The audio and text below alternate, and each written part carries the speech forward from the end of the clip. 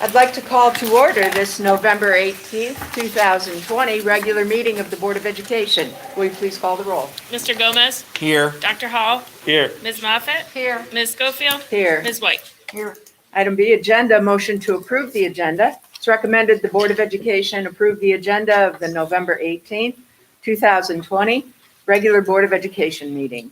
Action by the Board of Education in adoption of a consent agenda means that all items are adopted by one singular motion unless a member of the Board of Education, treasurer, or superintendent requests that any such item be removed from the consent agenda and voted upon separately. Second. Been moved and seconded. Any discussion? Mrs. Stoikoi, please. Mr. Gomez? Aye. Dr. Hall? Aye. Ms. Moffitt? Aye. Ms. Schofield? Aye. Ms. White? Aye. Item C, opening ceremony.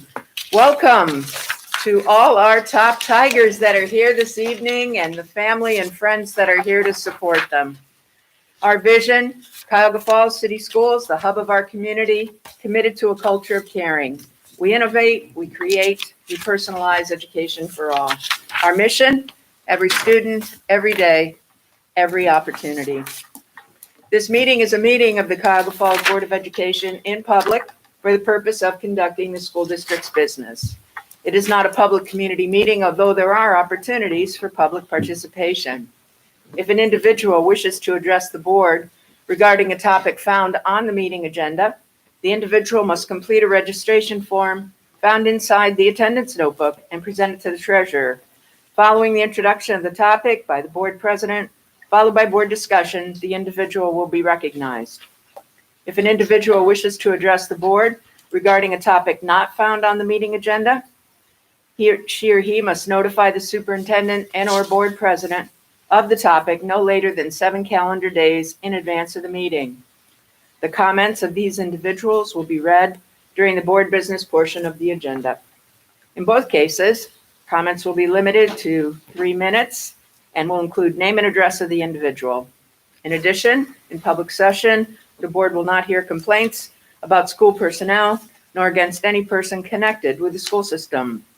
An unabridged board agenda for this meeting can be found on your electronic device at the following address: www.boarddocs.com/oh/cfalls/board.nsf, and that address is coming up on the screen now. The next regularly scheduled meetings of the Cuyahoga Falls Board of Education are on December 2nd and 16th, 2020, at 5:30 p.m. in the Cuyahoga Falls High School Library, 2300 4th Street, Cuyahoga Falls. A Business Advisory Council meeting is scheduled for November 23rd, 2020, at 8 a.m. in the board meeting room of the Harold E. Wilson Administrative Center. And now for our Pledge of Allegiance, followed by positive reflections. Dr. Alex Hall. Please stand as you're able. Pledge allegiance To the flag of the United States of America and to the republic for which it stands, one nation, under God, indivisible, with liberty and justice for all.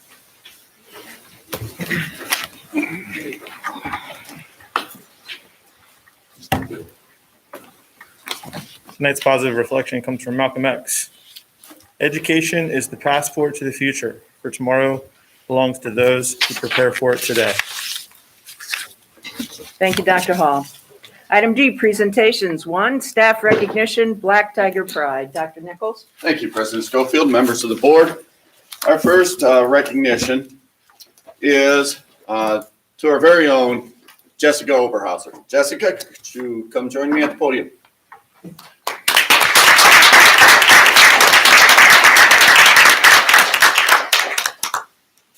See if you can find a way through. And there you go.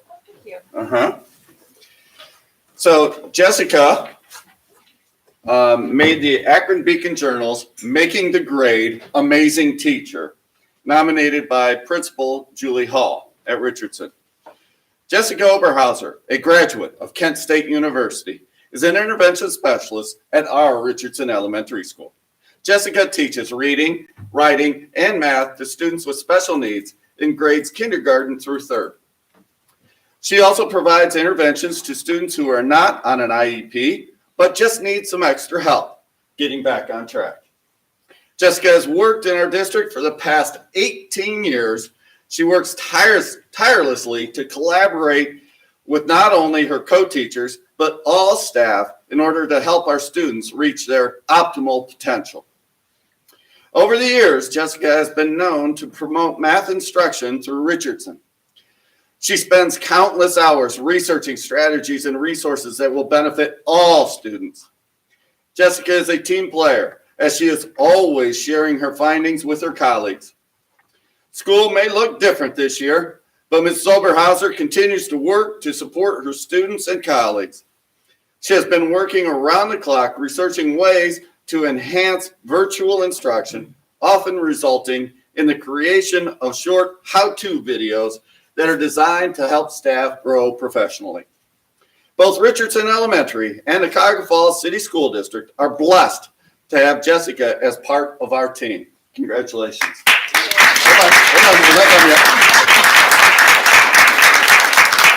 Black Tiger Pride pin. We're also giving Jessica a certificate, and I'll read the certificate in recognition of receiving the Akron Beacon Journal's Making the Grade Amazing Teacher Award and in appreciation of your contribution to making a positive difference in the lives of your students, colleagues, and Black Tiger family. Congratulations. Yes.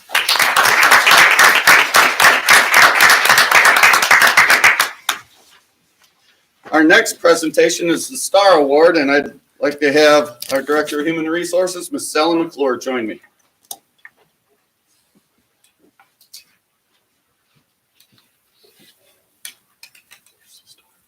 Good evening, everybody. So just a quick note of explanation for those of you that haven't been here in the last couple of months. Normally, we do our Star Award winners just once at the very end of the year. It's kind of an end of the year celebration, and we really thought we have so many stars that we wanted to recognize people just as often as we were recognizing our kids. So the Staff Star Award is a staff nominated award. They're nominated by their colleagues in their buildings, and they're from all of our employees, whether it be a teacher, someone who works in food service, custodial maintenance, transportation, technology. So I'd like to ask David Moore to join me. He is our star for this time.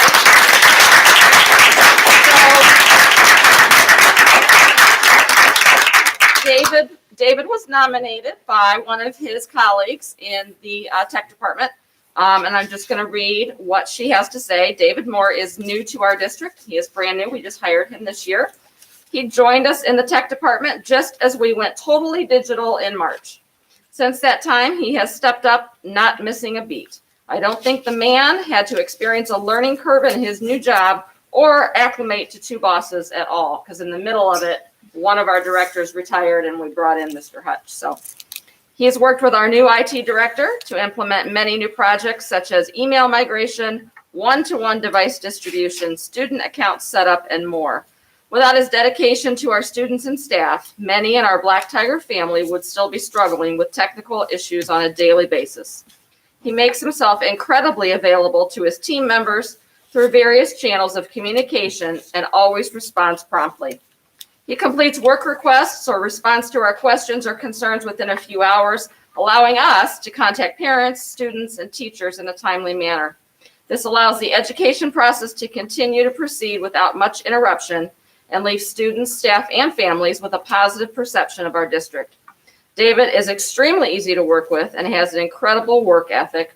He is a foundational piece of our district that we need to keep functioning. And I can speak from a personal note that he helped me with a tech issue since we got here 20 minutes ago. So we appreciate everything that he does for us.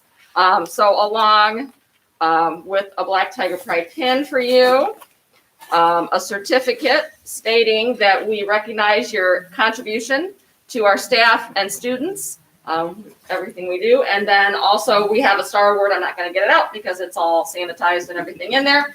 A Star Award that we give to all of ours. So we're super happy. We're super proud of you. Congratulations.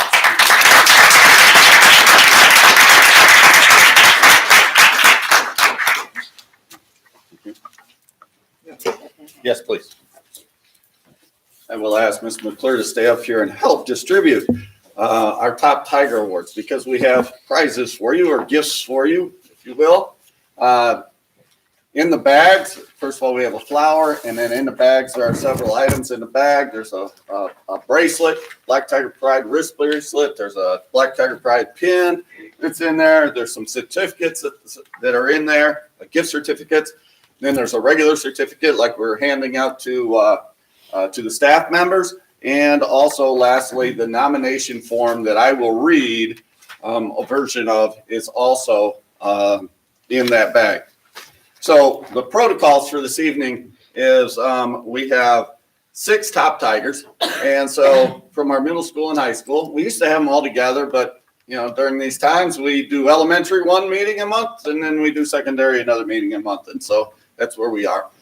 And I will have the students, after I read your name, come up and stand next to me.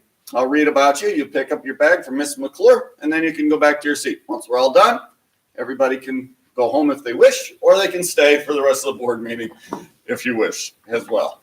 The Top Tiger Award is a board award that is sponsored by our Cuyahoga Falls Foundation and Alumni Association. And to represent the Falls Foundation and Alumni Association, Mr. Gary Medcalf.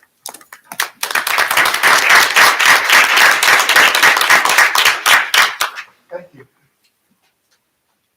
Congratulations to all the Top Tigers this evening for a job well done. We'd like to thank our Top Tigers sponsors, Donato's Pizza. You're going to get a gift certificate inside that little packet there to Donato's Pizza, and Dietz's Floors, who provided the carnations. A few of the things that we sponsor as Schools Foundation, one of them is the March and the Memorial Day Parade. Cross our fingers we can do that this year. You'll be getting a really nice t-shirt when you march in the parade. I'll make sure you get that in May. Foundation has assisted with the new entrance to Clifford Stadium, Tiger Trail. You can still purchase bricks if you like. We help with class reunions. We sponsor all class reunions. We honor distinguished alumni. You go out the door here, hang a left, and you'll see in the showcase a whole list of distinguished alumni of Cuyahoga Falls High School. We provide teacher grants. This past year, we provided 6 teacher grants worth $500 apiece, so that money went back into the classroom to help your students. And last but not least, last year we provided 75 scholarships to graduating seniors worth over $180,000. And we could not do that without the help of alumni of Cuyahoga Falls City Schools. We thank you so much. Thank you, Gary.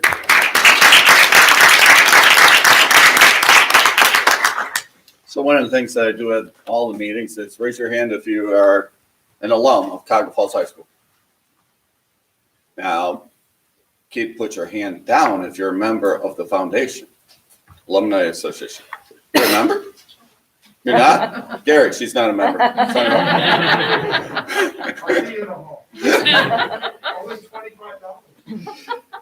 They can go to our website, cfsfaa.org. You don't have to be an alumni to join. There you go. All right, so here we go.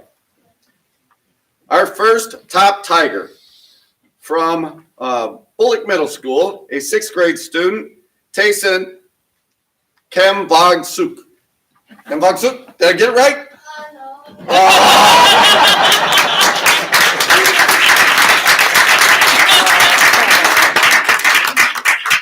Tayson, would you correct me, please? Tyson Kamvongsuk. There you go. Thank you so much. I appreciate that. Tyson is a 6th grade student in Miss Federonic's Success Skills class, but the 6th grade staff all agrees he is a great student and Bullock Black Tiger. Not only is Tyson responsible and respectful, his academic achievements are outstanding. One thing that he reminds me of every day is that as teachers, we have a lot to learn from our students. Tyson has willingly shared so much with his teachers and the class about his culture and native foods. He loves to cook and tells us about some of his favorite Thai foods. He even has had his grandma take a picture of him preparing a meal and shared it with us in class. His smile and excitement about school is evident, and he is an amazing role model for his classmates and peers. Congratulations on being selected as a top Tiger.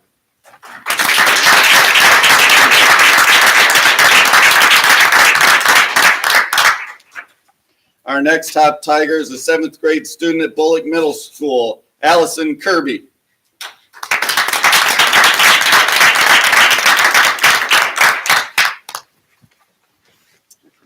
Good. For October's top Tiger, I am nominating Allison Kirby in 7th grade at Bullock Middle School. Allison, who asked to be called Kirby, exudes top Tiger performance in health class. Kirby has displayed this performance by taking responsibility as a leader in our classroom, showing her kindness and having empathy for other classmates. I recently watched Kirby welcome a new student in our Zoom classroom with a smiling face and a friendly, welcoming comment in the group chat. This was a remarkable experience to see happen on Zoom, and it demonstrated Kirby's compassion and respect for her classmates.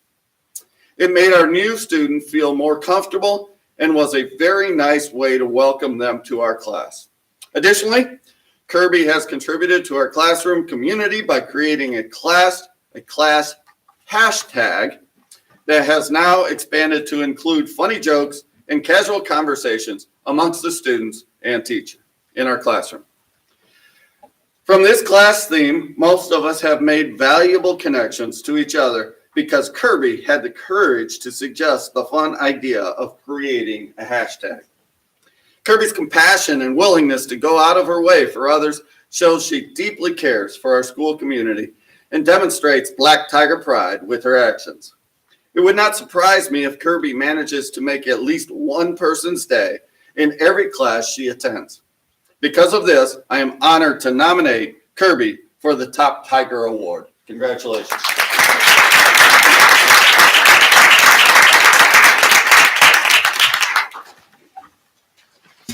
Our next top Tiger is an 8th grade student at Roberts Middle School, Jimmy Drummond.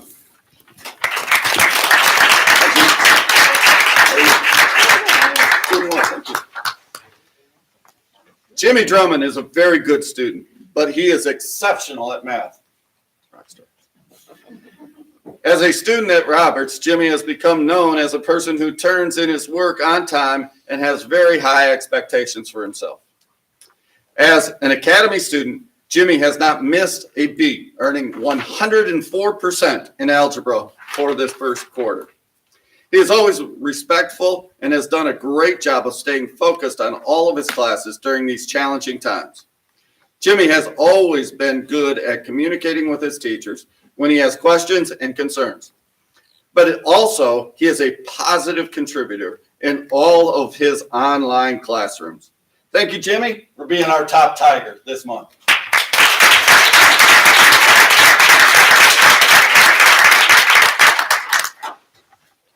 Our next top Tiger, a 7th grade student at Roberts Middle School, Greta Parson.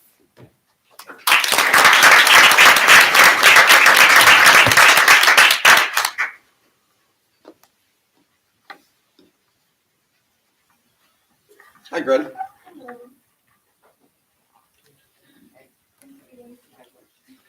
Greta is always willing to offer up ideas during math class.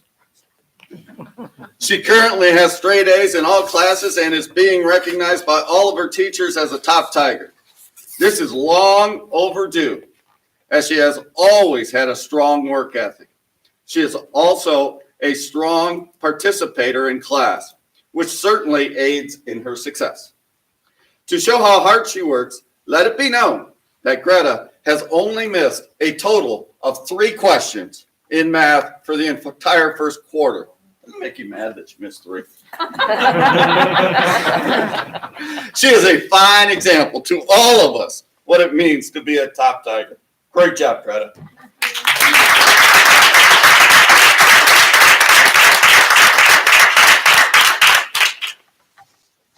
Our next top Tiger, a senior at Cuyahoga Falls High School, Braylon Arsenault.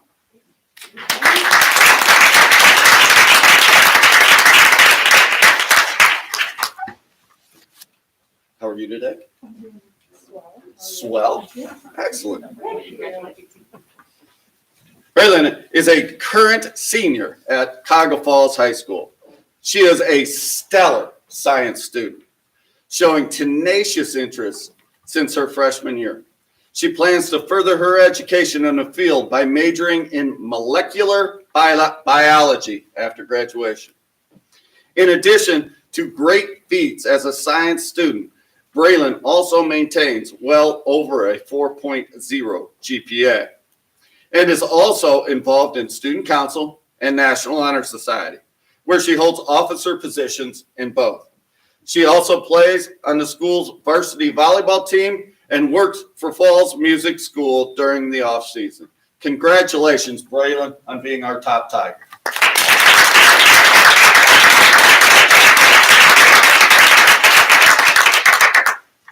Our next top Tiger, also a senior at Cuyahoga Falls High School, Matthew DePafi.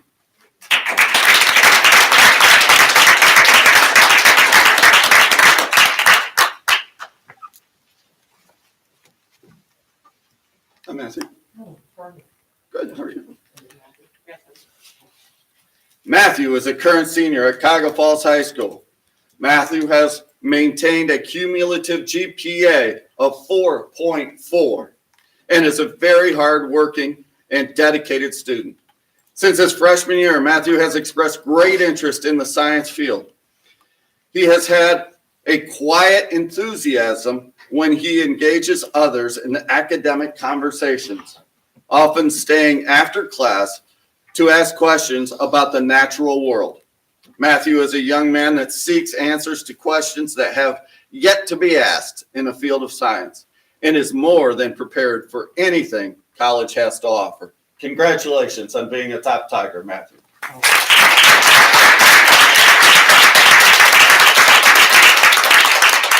That concludes our top Tiger Awards. Thank you all for coming and participating, and thank you most for being part of the Black Tiger family.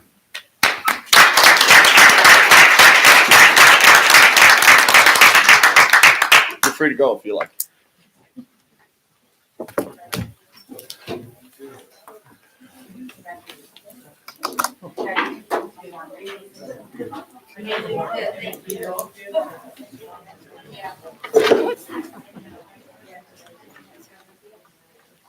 Tyson is my next door neighbor.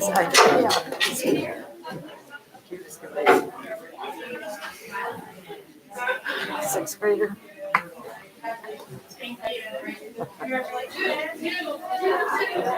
That's how I know a little bit about what's going on, because Mom and Grandma are English second I language. like it better when I can go out and mow. Tyson is my one over neighbor. I liked it better when we could shake the We all hands. keep it. And he's still there? But, you know.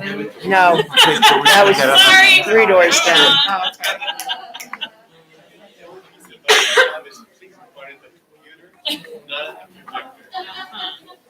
Got you. Yeah, I hear you. For our next presentation, I would like to invite Ms. Dudowns and Dr. Seifert to the podium. Ms. Dudowns and Dr. Seifert, please come to the podium. She's coming. Thank you. I'm just trying to move things along.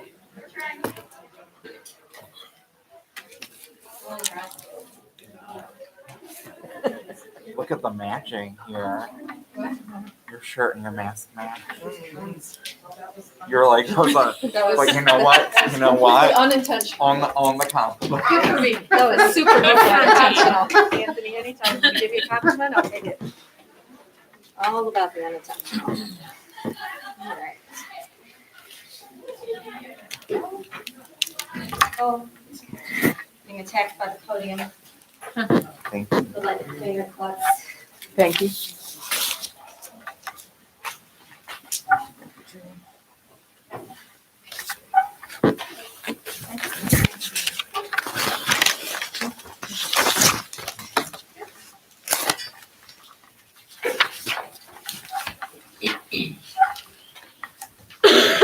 Thank you.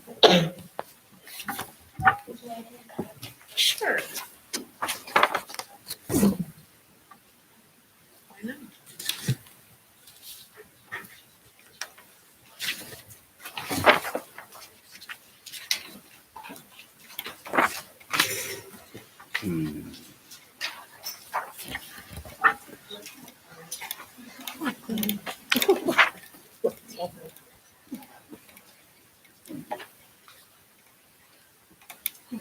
President Schofield, members of the board, thank you for having us here this evening.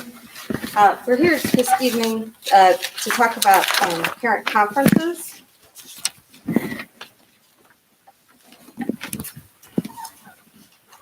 Here we go. Traditionally, we're talking about with parent conferences or family conferences, we have a meeting between a student's family members and a teacher. It often involves the student. This is an opportunity to share learning progress taking place at school. It's an opportunity to build relationships with families and the teachers at school. Not really anything new. I believe it's been taking place for hundreds of years. We have a meeting between a student's family members and a teacher. You just did that slide. I didn't advance it. The clicker's not There you go. working. Today is that kind of day.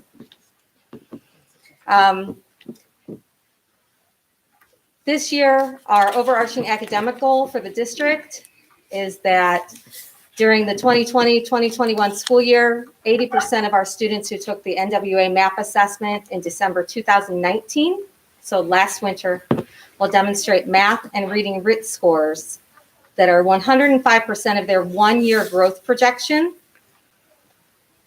which is for this December.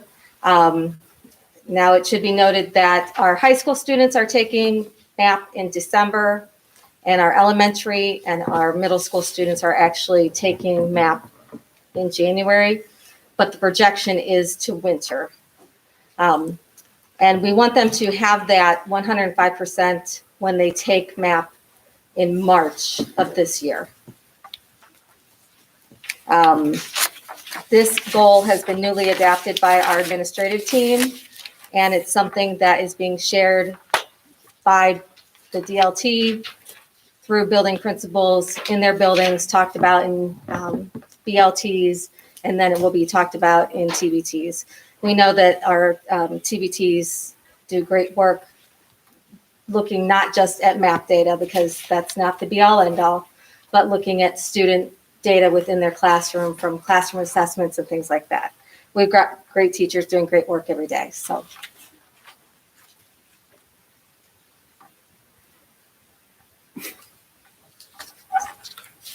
So our, okay, thank you. Thanks, Ryan. So our academic goal is a little bit different than it has been in former years. We typically use our data from spring to the following spring, and that helps us see that kind of growth that the student can make within that year. But because of COVID, we backed that data up and we're using that winter data. So that's a little bit different for our teachers to kind of process and understand, but as well for our parents, because our parents have come to know that we use this 1 year's growth kind of measurement for data. So that's a really important thing that was shared during conference time, and it'll continue to be shared over time with parents, because that's a little bit different for everybody to kind of to relate to than in past years. So one of the most important things about conferences is that relationship building time. This is a time when the teachers get to meet with those families. Sometimes it's a mom, dad, grandma, grandpa, sometimes it's siblings, and it's such a great time for those families to get to sit with that teacher and that teacher to get to know the families, get to know the student. So a great question for teachers to ask is, what can you tell us about your child that we don't know? What is important about your child for us to be able to know and experience? What can we do to help your child grow and flourish? So this is the best time to start building those relationships. Sometimes it's the first time those families have been in the schools. And so this is a great time to start building that home-school relationship, which is just so important for our students. So along with that personal information, these are all of the typical things that are shared. They talk about grades and homework, what kinds of executive functioning skills are taking place. Do the students need help organizing things? So all of those are different examples of the typical things that are shared during those conferences. But again, it really goes back to the conversation that's taking place in that conference that really makes everything come to life and help the teachers and the families really create that bond together.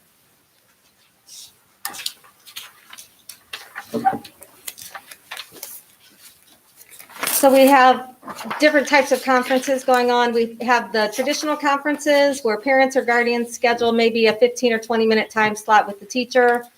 These are typically in our district, we have held them during one daytime slot and then a couple of evening slots. Teachers typically lead those conferences. We have the student-led conferences. Again, parents or guardians typically schedule those with the teacher, held again during the daytime, as well as a couple of evenings. By the name, the students lead those conferences. There's a lot of modeling and practice that takes place within the classroom. Students share their learning goals, their successes, and their growth. Mr. Hutch, would you mind? And then this year, we have evolved to the virtual conferences. These were initiated by families and by teachers. Teachers sent out invitations. We had time slots of about 15 to 20 minutes. We can share the presentation with you, but I believe you might have already seen, because you get the emails, or you may have seen them on our webpage. Mr. Orris created a sign up to use Google Calendar that some of the schools use. We had 5 of our 10 schools, counting our Remote Learning Academy, using the Google Calendar sign up. And we use those at the middle school and high school, and also at DeWitt Elementary. And then some of the schools use Sign Up Genius. The Google Calendar was definitely a learning experience for people who hadn't used it before. I know that especially some of the elementary parents and some of the teachers at DeWitt said, oh, we preferred the Sign Up Genius better. But some of the people that use the Google Calendar really, once they got the hang of it, they really liked that. One nice thing about the Google Calendar is that you can have the Zoom link right in there. And so parents could add that to their own calendar if they already use an online calendar. Again, those were this fall, they were held on the election day and then held in the evenings. For the elementary, I already had 2 evenings, I believe. And then secondary had 1 evening, and then they have another evening coming up this winter. Mostly held via Zoom. There might have been some people that use Google Meet, and the teachers did typically lead those conferences. And Dr. Seifert has a great example to show you of a virtual conference from one of our teachers who's actually here tonight. She is. Mrs. Jessica Moore was back there in the back of the library over there, waving her hand at us. So Jessica volunteered to share an example of how she conducted her conferences. Mrs. Moore is a teacher in our Black Tiger Remote Learning Academy. And so her conferences were a little bit different than they had been in the past. So this is just a piece. We have just a little piece of some information that she shared virtually. So her conferences were all arranged virtually. That's how she contacted the families. And then she held all of those via Zoom. So this is an example. So this is how she started out. And we replaced a student's name, obviously, with super student, because they're super. And then she broke the information down. You can see that she gave a report out for quarter 1. Those are the grades that student earned via percentage. Then she talked about student strengths, areas for improvement, and then opportunities for enrichment. So one of the things that's important for us to talk about is the difference between conferences this year and previously. And Mrs. Dudone's touched on that a little bit previously. We believe very strongly in student-led conferences, and that's something that we work very hard at, particularly in the elementary level. And students have data binders, they track their data, they set learning goals. So based off of this map information, the teachers meet with students individually, and they hold small conferences, they talk about the data together, They talk about strengths, areas of weakness, what the student likes, what they want to be working on that year. They work on strategies, so they actually talk about what kind of strategy would be best for you, for your learning needs. So it's a little bit different this year for our teachers to try to navigate some of that. And I'm sure that's a little bit different for our students because they're used to being a part of those conferences.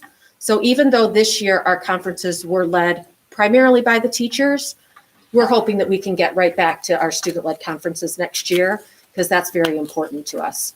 And if you look at the page previous to the map page, the recommendation, the opportunities for enrichment, Dr. Siebert and I both happen to know this particular student because he was accelerated a grade and we had both worked with the family on that.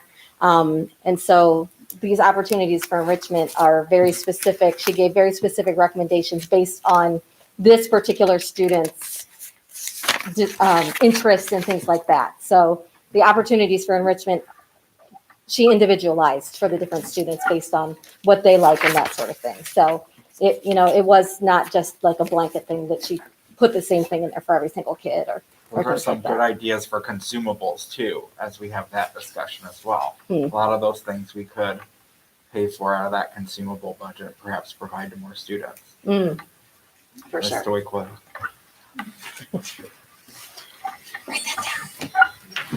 If anybody has an extra 3D pen, I really want one of those. Just write that down. All right. Oh. Yeah, okay, so back on the map data page, one thing that's nice about this, the student progress report, which a lot of the teachers cover during conferences, it's really nice because not only can parents see, so like Dr. Hall, I know you happen to have kindergartners this year, and as you see, as your students stay in the district, each year you'll be able to see these reports.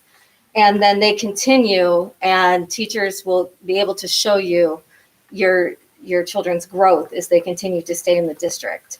And so the charts on the left show their growth as well as the charts on the right. And then you'll be able to see their math and their reading growth. As we mentioned when we presented 2 weeks ago, MAP has renormed. A lot of that has to do with the types of questions that they're giving. And then some of it has to do with the percentiles. And then Mrs. Moore also presented on the right-hand side, she put the A to Z reading equivalencies just to help give parents another idea of how that all fits together. That's something that our elementary parents are very familiar with, that our middle school parents wouldn't. We wouldn't put that on a middle school page and that sort of thing. The other thing that she included on there was the time that this super student spent on the test, because that's something we talk about at the elementary level. We really talk about that also at the middle school and the high school level, because we want the students to spend their best amount of time. We don't want them to rush through. And we also don't want them to spend 3 hours taking the test, because, if they're overthinking the questions, then that ends up being an issue too. We really just want them to spend an appropriate amount of time, which at this grade level is about 45 to 60 minutes. So providing this information, I'm sure that she spent time on both of these within those 15 to 20 minutes, talking about that. And I happen to know this mother, and I'm sure she had lots of questions. So, all right, next page, please. Thanks. What else does a conference look like? Well, as in the past, I know that our teachers have spent a lot of time on the phone, more this year than ever, talking to parents. They've also spent time, as we said, on Zoom. That was something that all of us discovered in the spring. I'm not sure if anyone, I had heard the word, but I certainly hadn't spent time on a Zoom call before. Now I feel like I'm never off of a Zoom call.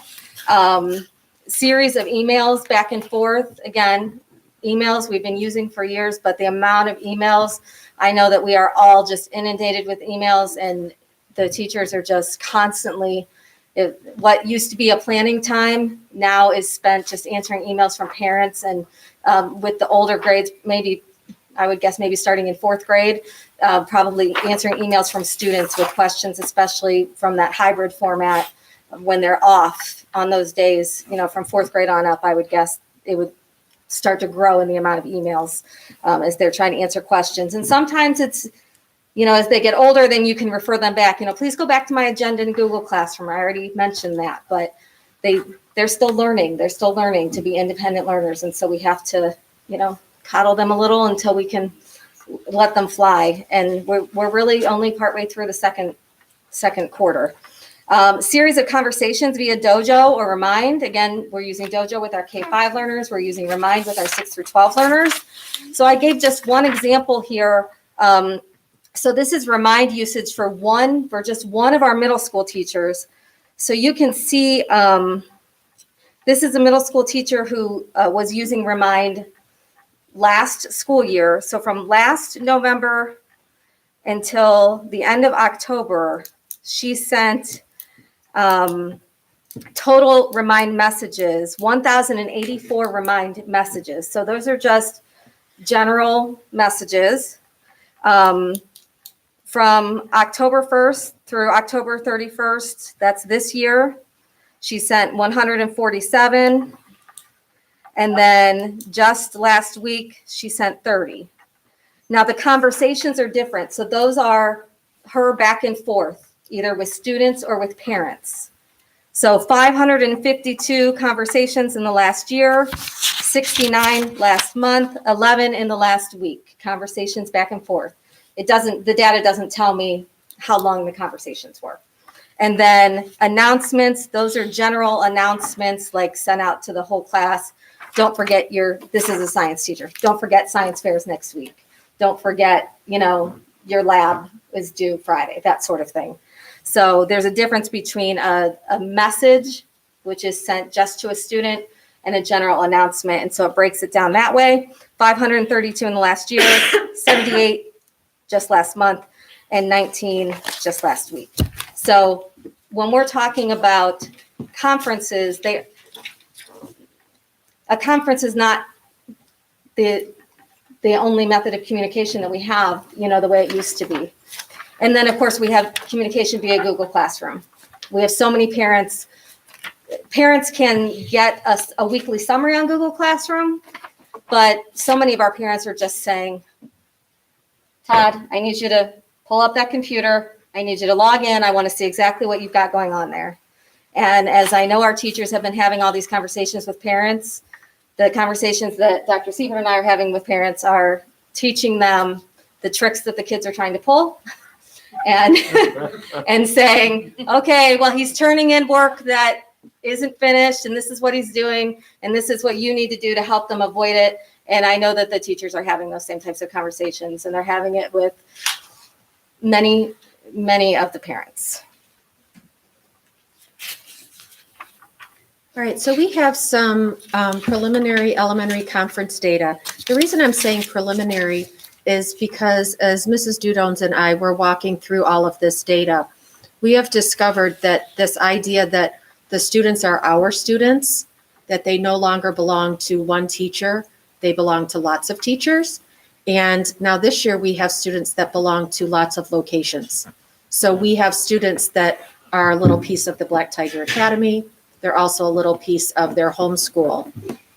So as we were dissecting all of this data and unpacking it, we realized that we have teachers reporting data from students that are their students, but they might be in a different homeschool. And then we have that homeschool reporting data because that's their student too. So what we found is that our data is kind of crossing over all over the place. So this data represents that kind of crossover all over the place, which isn't exactly what we set out to do. In the beginning, the elementary principals and I, we came up with what questions we wanted, what kind of data did we want to collect. And we started with just typical conference data. We added in the virtual mode of communication, so that was a little bit new. But we were gathering it in this typical way. And what we realized is the teachers didn't give it to us in a typical way. They gave it to us how they feel about their students. That student is mine. Well, then we have another teacher claiming that student. So we ended up taking the percentages off of the columns. So if you remember, last year, I gave you percentages of conferences that grade levels had per building. And I have that information.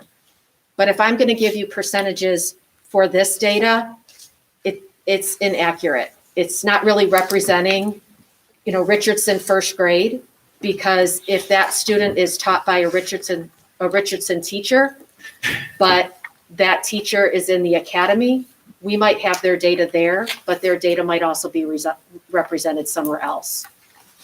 So it's a little bit different. Would it be possible to get like a building total and that would give us some sort of comparison? I don't really understand what you're saying grade by grade or Yeah. class Well- by class, but maybe building would give us a broader. Well, we have a total of how many conferences in the total building. Yeah, and then maybe like an idea of how many students. That would give us a Sure, like a sure. overall view instead of just like. Definitely. I think what needs to happen is we need to just go back and we need to define it a little bit differently so that we know exactly what the teachers want to report to us. So we have to go back and just kind of recreate what that will be. And I'm happy to share that with you. It's something that I can share with Dr. Nichols, and he can put that in one of your Friday packets Thank you. for you. But like, as you see, like the totals, for example, DeWitt has more than 301 students. So the numbers are not matching to the number of students in the building. And part of it has to do with the number of students in the remote learning academy and how everything is kind of mixed and matched. And our teachers, they're not just having that conference. So our teachers define conferences. While I'm emailing that parent, I'm calling that parent.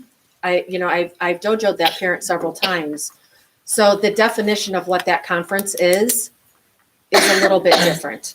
So again, as we unpacked it, we realized we have to back step a little bit and figure out how do we want to define how a teacher is sharing that data with us so that we can represent that in a more concise manner. So again, I have the percentages from last year. So I have that data for us to use as a comparison. But if I were to share with you the percentages from this year, it's not representing something that is realistic. Isn't part of the confusion too, the academy teachers frequently have students from 2 or 3 different buildings. Definitely. Exactly. And Some of them so- from 4, right? And they don't divide their students up because they're their students, right? So when those teachers shared their data with us, they shared all of their data, which is exactly what we wanted. That's been our goal all along, is for everybody to love everybody's students, right? So that's exactly what has happened. So we got what we asked for. But now we need to kind of redefine this traditional way that we were collecting the data.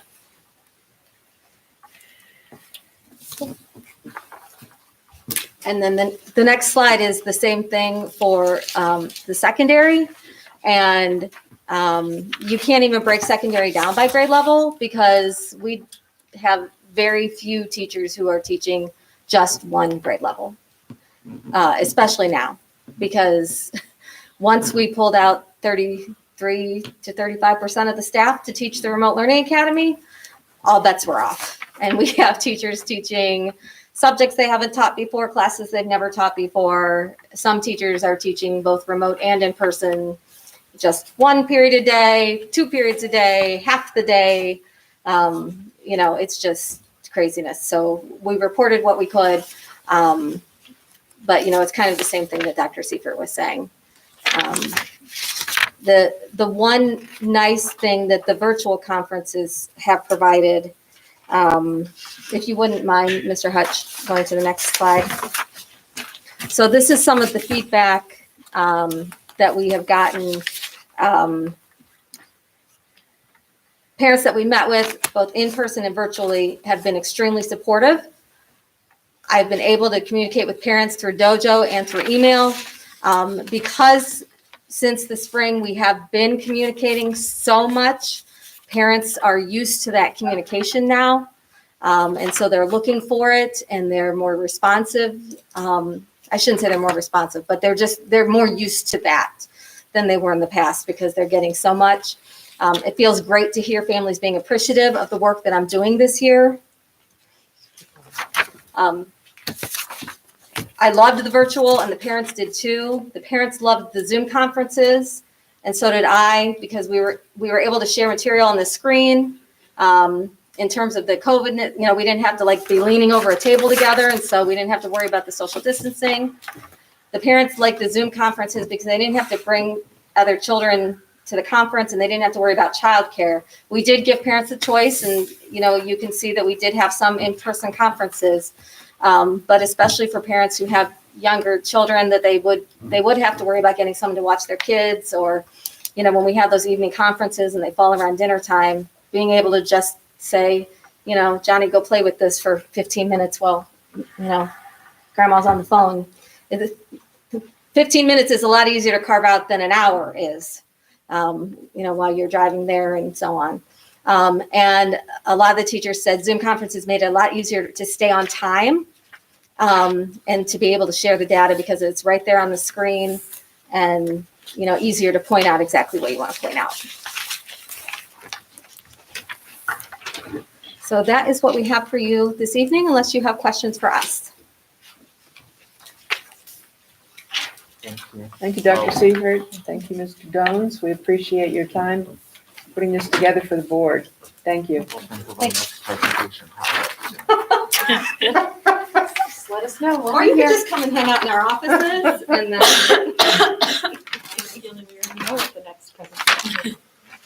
Item E, executive session pursuant to Ohio Revised Code, Section 121.22G4.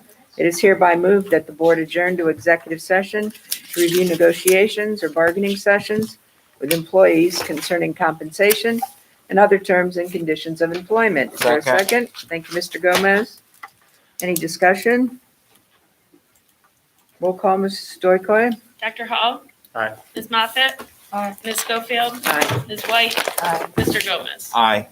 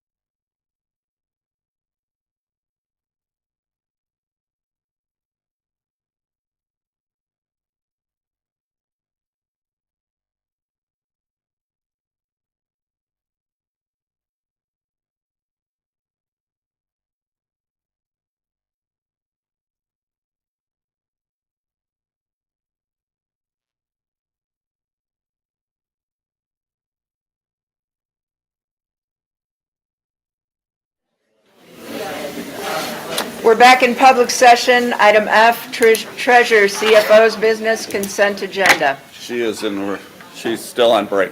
She's still on break. So are we then. You're not back in session yet. Not quite.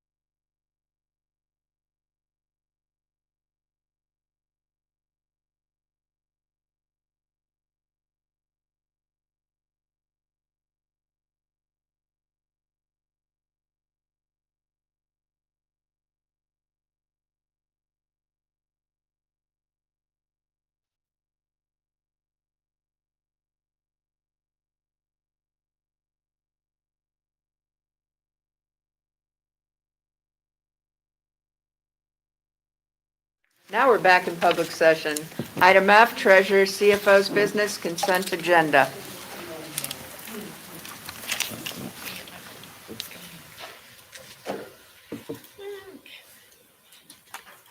I could do it for you. I got Sorry. really good at it. Sorry. Please recommend the Board of Education approve all items in the treasurer's consent agenda. So moved. I'll second. Moved and seconded. Any discussion? Minutes are on there. We have a few donations. And then the purpose and goals for each of the levels, high school, middle school, and elementary are all there. What has been submitted so far this year.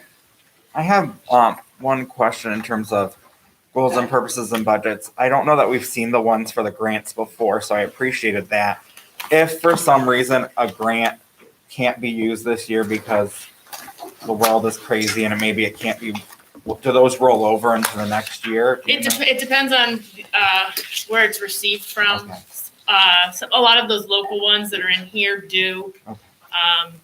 Every once in a while, there are restrictions that they have to be spent in a certain period of time. I don't think we currently have any that you would see in here Okay, that have that, but it does happen on occasion. thank you. Roll call, please. Ms. Buffett? Aye. Ms. Schofield? Aye. Ms. White? Aye. Mr. Gomez? Aye. Dr. Hall? Aye. Item G, Treasurer CFO's business, Mrs. Christie Stoikland. I'd like to recommend the Board of Education approve and accept the 5-year forecast as presented. So moved. I'll second. Moved and seconded. Take it away. All right.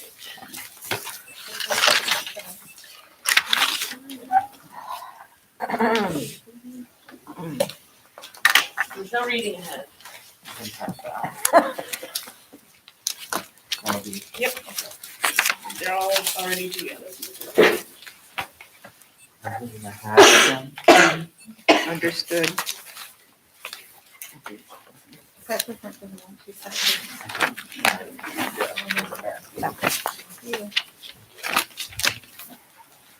Which one am I clicking here? On the right? Yes. Okay, hello. Back again for another 5-year forecast. November now instead of October. It's been that way the last two Novembers. Here we go. So again, we're here at November, and that's exactly how I feel. And I'm sure most of you do too. It's like we think, you think you jump over the next one and something else happens in 2020. So that's a little bit, especially lately, how I've been feeling. Thought you all could relate. Purpose of the 5-year forecast. To engage the Board of Education and the community in long-range planning and discussion of financial issues facing the school district.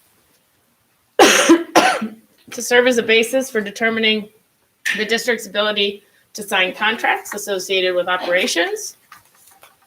And to provide a method for the Department of Education and Auditor of State to identify school districts with potential financial problems.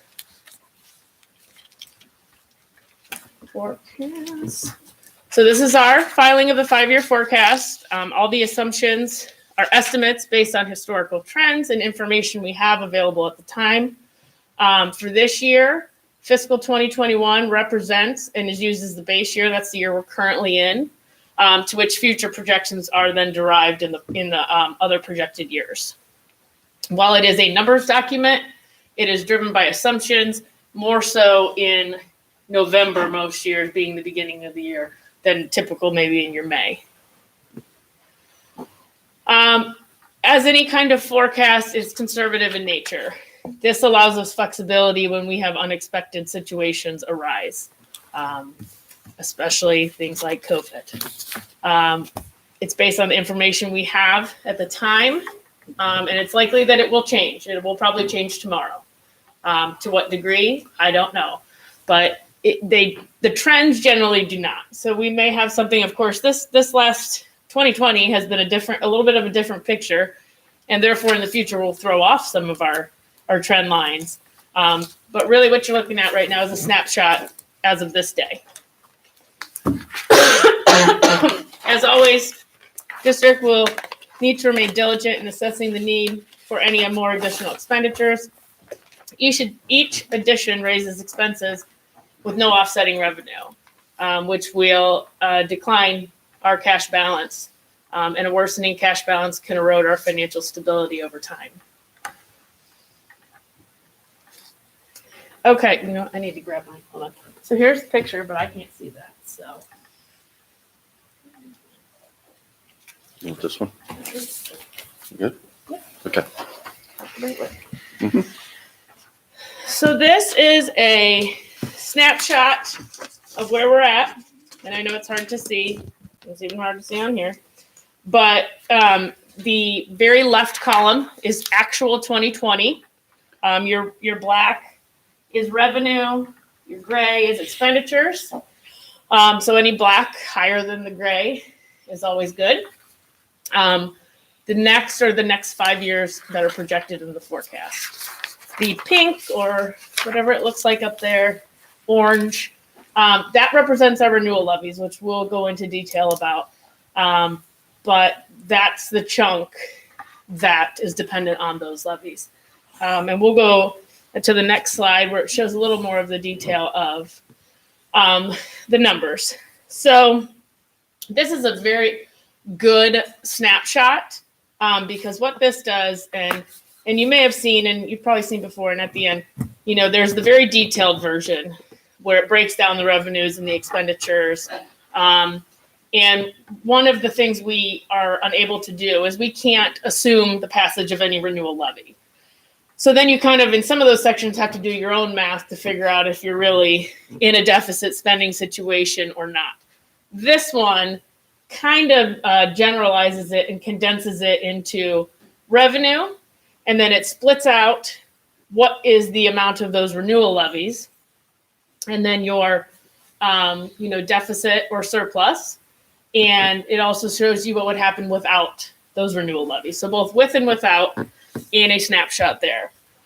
We ended last year with a $12.2 million cash balance.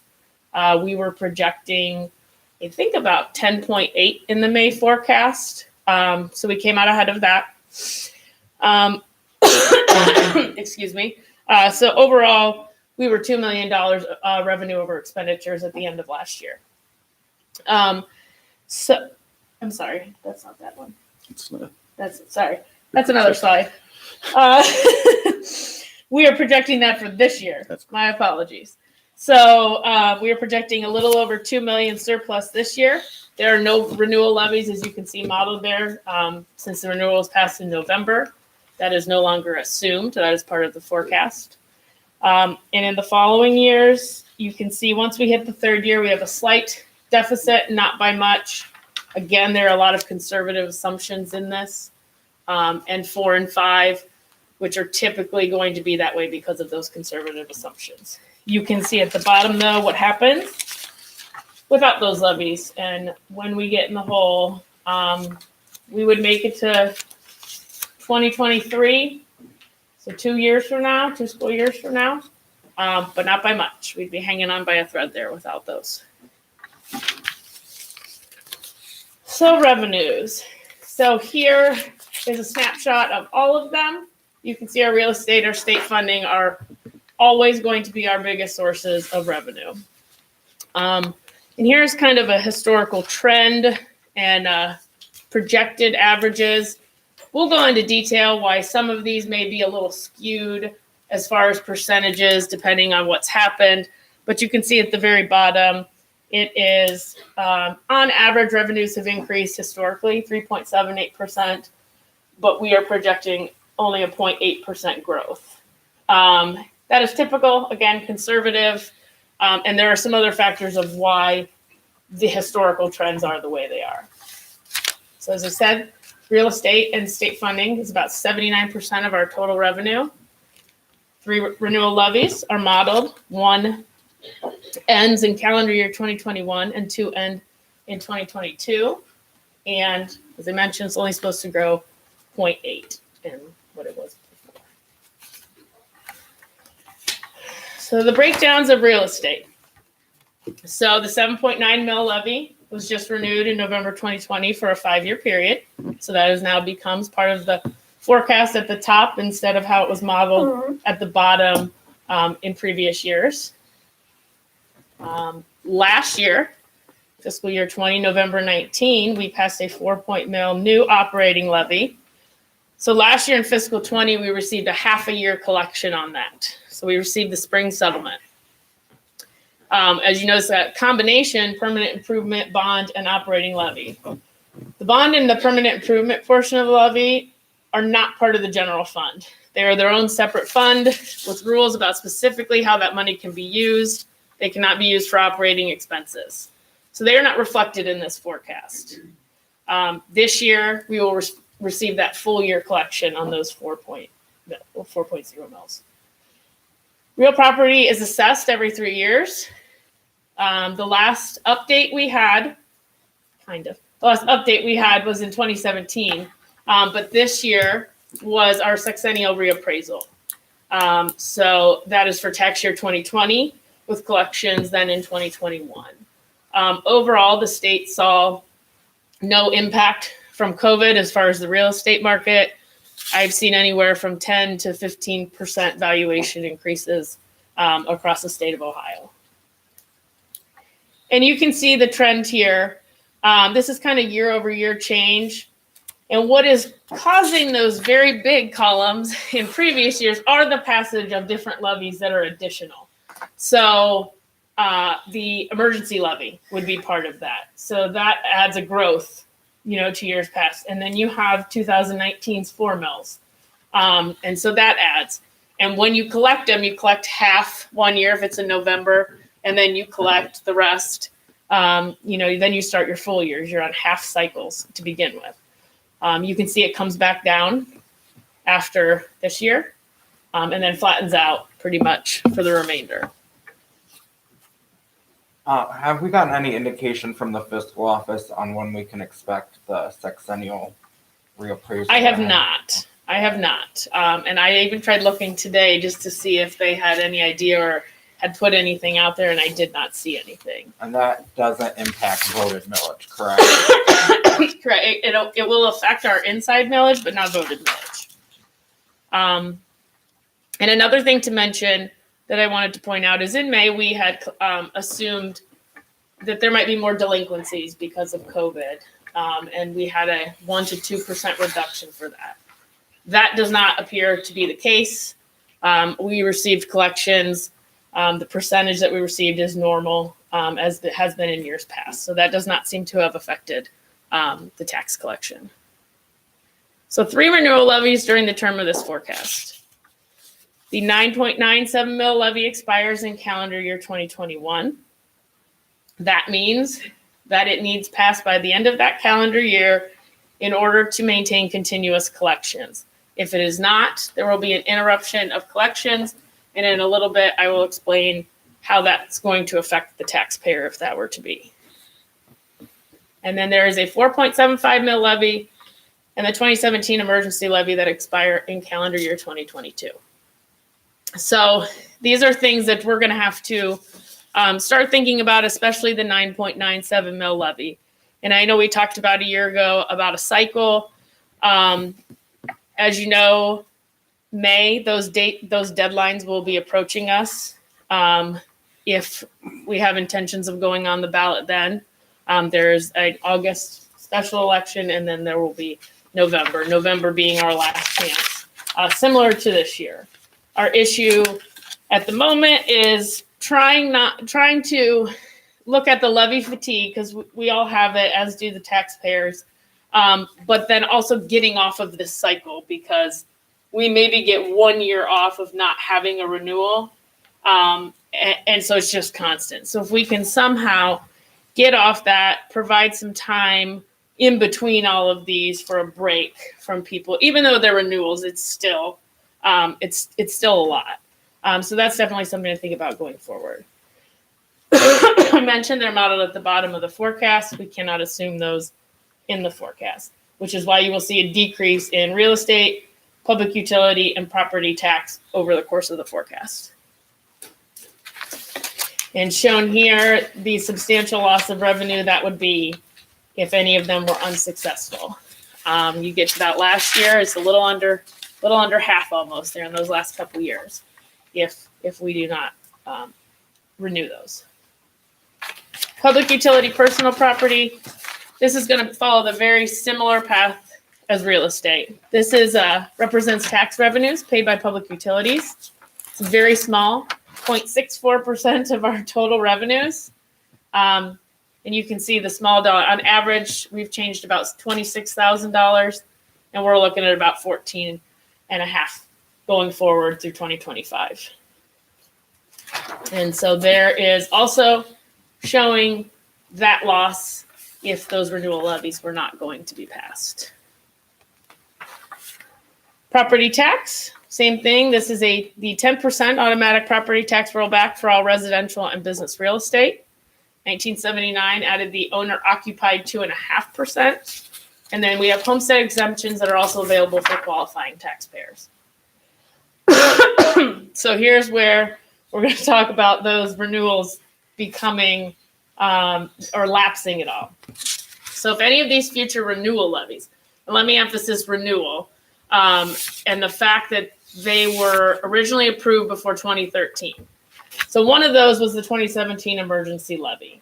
It will not be affected by this necessarily because it's already been affected by House Bill 59, where the state does not reimburse us those monies. It's paid by the taxpayer.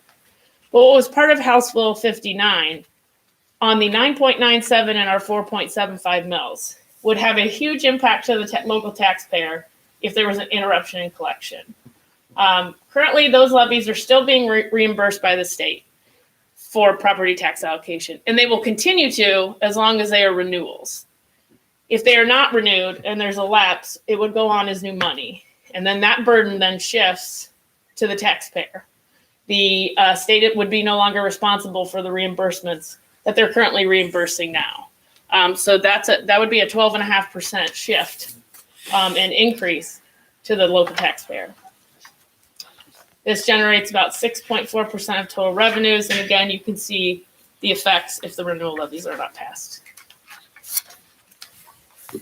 State funding. Good old state funding. So our second highest source of revenue, 24.8%. This also includes casino money. Tax revenue proceeds from casinos are also included in this category. It's important to note that student wellness and success funds are not included in the forecast. They were part of the governor's last biennium budget, but they're required to be posted to a different fund, so you will not see them in here. And I will talk about where you might see an effect of them a little later on the expenditure side, but you will not see the revenue in here. And I'll go into detail here why this is so up and down, as you can tell. It's flat, and then obviously last year we took that hit. So that's the deep cut there.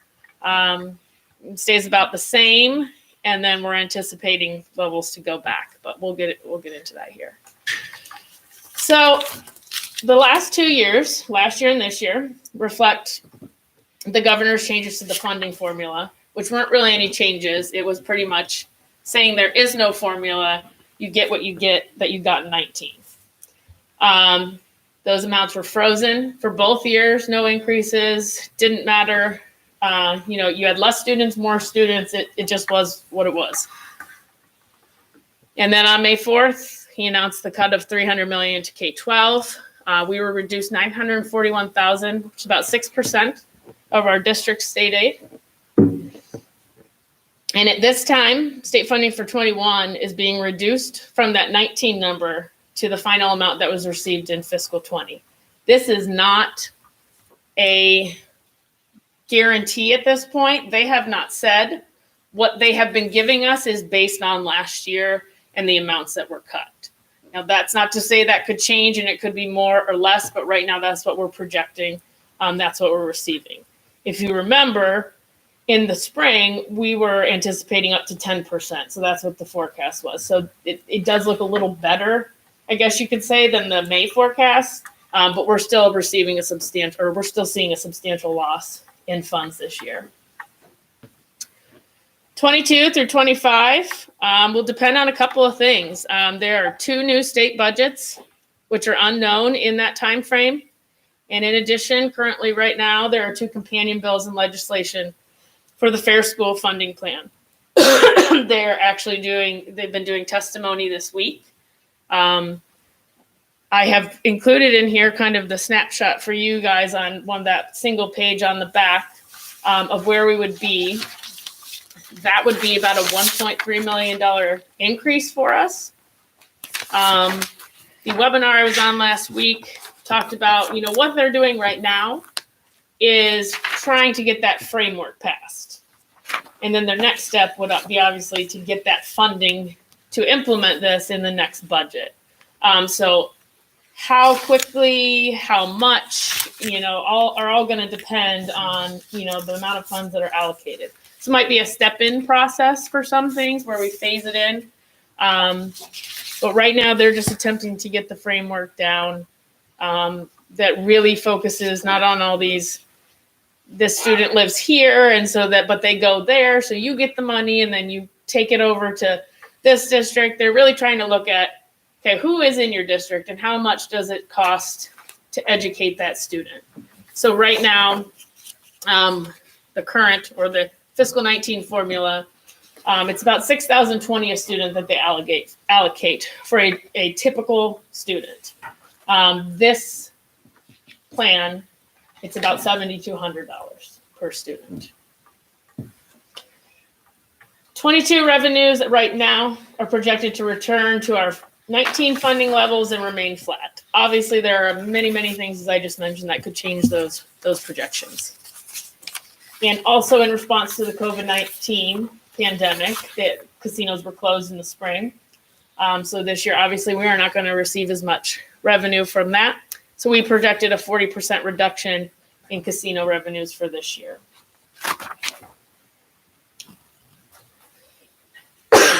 Excuse me. So there's also restricted money in the state foundation. So restricted funds are dispersed with the intention that monies are for a specific reason or that they must be returned. So we're talking about things like economically disadvantaged funding, career tech, and our special education catastrophic reimbursements. So here's where we're at on our foundation payments. What they have projected for this year as far as our career technical and our economically disadvantaged. And then last year we received about $100,000 in catastrophic costs for those special ed students who may cost us more than a typical student or even their special education peers. They may need to be not educated in the district and sent to an alternate education. And so that can get pretty costly, anywhere between $60,000 to $100,000 per kid when that happens. And it's we have it completely flat, as you can see, going forward throughout the forecast. All other operating revenues. This is kind of your catch-all of everything else. So this includes our interest on investments, rental income, open enrollment, excess cost tuition for non-resident students, pay to participate, and any other local sources. This is all over too, and part of that is because it's a catch-all, and so you've got a lot of different sources in years, and sometimes there are one-time things, and so we'll explain some of those variances here. So here are some key components that really make up the majority of this category. So historical totals have been impacted by the inconsistent timing of Medicaid reimbursements. So we received a double payment in both 18 and 20. And it's not to say a double payment as in we got more than we thought. It's just they're a few years behind when they're doing those Medicaid reimbursements. So they may do 2 years at a time and you may receive them in the same fiscal year. In 19, we received the one typical funding levels. Starting this year, those will be phased out. And those are due to some federal regulation changes that now require both the superintendent and treasurer to provide their personal social security numbers in order to receive these medical reimbursements and therefore be held responsible personally for any number of items at the end. So I know my predecessor did not feel comfortable with that. I certainly do not either. I tried to figure out some other way to deal with them and they just wouldn't have it. So that's where we're at right now with that, which is unfortunate. Many of these items have been affected by COVID. We have decreases to open enrollment, rental income, and our interest on investments. For the remainder of the forecast, we show gradual increases each year to these line items so that by the end, we're returning to typical levels or basically our FY19 levels of revenue. So one of the biggest things, and we'll see how specifically it impacted us on the next slide, is that obviously our restrictions reduce the amount of students that can physically be in the classroom. So due to those spacing concerns, we're unable to accept the number of open enrolled students as we have in previous years. The funding that followed those students then is no longer received. So that results in a loss of funds for us. This category makes up 10.7%. So this is our third largest. So we'll talk about a couple of things. Our BWC dividend, interest on investments, open enrollment, Medicaid reimbursements, and rental income. So BWC. So in another category, we will also talk about this too. The past, as long as I can remember, they've had their, I think it's $1 billion give back program where they will refund us our premiums from the previous year. It's not a guarantee, but they've been doing it as long as I can remember. This year, in order to help organizations that may be experiencing financial pressures because of COVID, they issued another one-time payment. This was a $5 billion give back. And for us, that was about $951,000. So you can look at it two ways. That's great. And I'm going to take the money. But obviously, if you have $5 billion to give back, you've been charging me too much for too long, along with every other entity in the state of Ohio. This is a one-time payment, so it's not assumed in any future year. Open enrollment. It's a big one. So last year we received $3.79 million in tuition for our open enrolled students. The most recent state foundation payment, which is not a final number, it was just the very first batch of updated numbers that we received, So this will fluctuate over the next couple months. We were down to $3.2 million. So we're seeing a loss of almost $600,000 in that category. And that is each year is what's projected. So overall, we're seeing that amount 5 times over the course of the forecast. Medicaid reimbursements, we went over. 19, it was 193. Last year, we saw the 2 payments. It was about $400,000. Again, that is no longer part of our forecasted revenue going forward. Interest, last year, we received $171,000.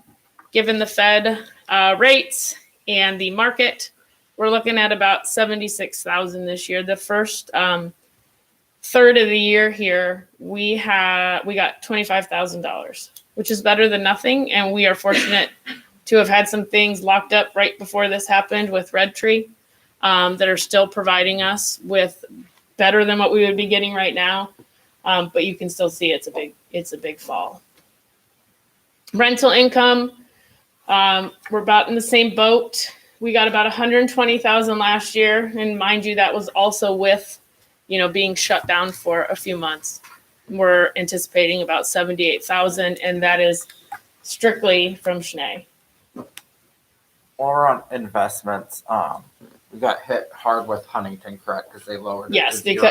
because it's zero. So so now we are not receiving any interest, and of course they have implemented fees that are involved with that. It's not anything dramatic, but we were receiving we had just switched the bank account to receive, and we're getting much more per month than we were. And then of course I think we did it like a couple weeks before the pandemic hit. And then the other question I had about investments is, are we looking at potentially investing more with Red Tree? Yes. So I actually have a call out to Ryan Nelson, especially given the fact that we are looking to take ourselves to market with our bonds, and seeing what we can do with that money once that is done, because it will be a large chunk, and we need to try to make as much in the given climate as we can while we're going through the building project. Other financing sources, our transfers in, our advances, refund of prior year expenditures. So 1920, I mentioned before, we transferred some things, all still within the general fund, but we made emergency levy its own special cost center so we could keep track of it.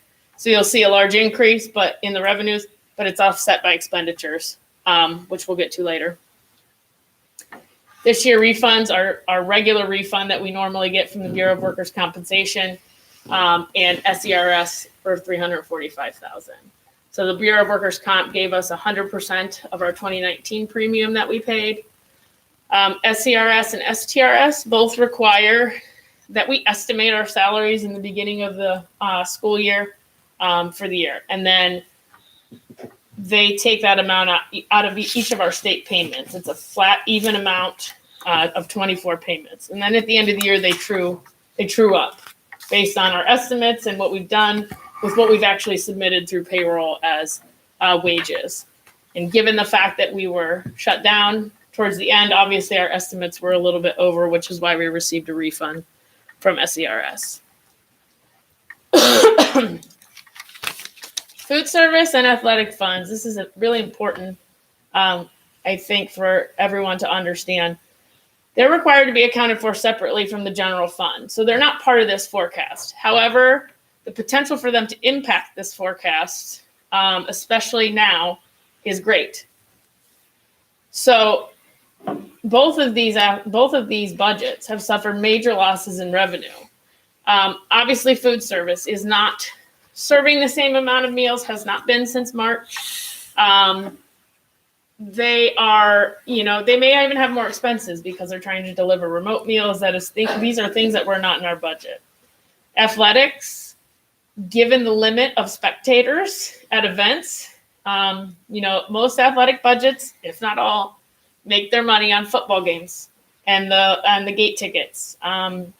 And here, that's anywhere from $15,000 to $20,000 a home game.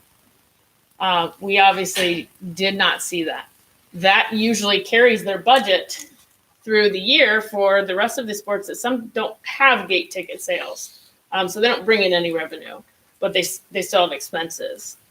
Right now, the athletic budget is doing okay. They had a healthy carryover as well, so that has helped them. And as we know with food service, we've made a transfer to the food service fund from the general fund for $200,000. The auditors require us, if a fund is in the negative, that we advance or transfer money. So that's what we've done. We are anticipating to have that advance back to the general fund by the end of this year, fiscal year.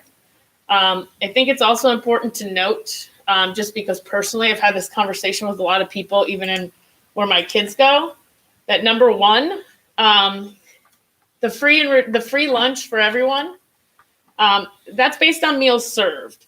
We do not get money up front for that just here you go, you have X amount of kids, you're going to serve this, here's all your money. It's based on meals served. So it's a reimbursement after the fact. So we go through and we, tally exactly how many breakfast and lunch and everything else. And then we're reimbursed by the federal government. So that's important to know, that you have to have a lunch in order to get that money.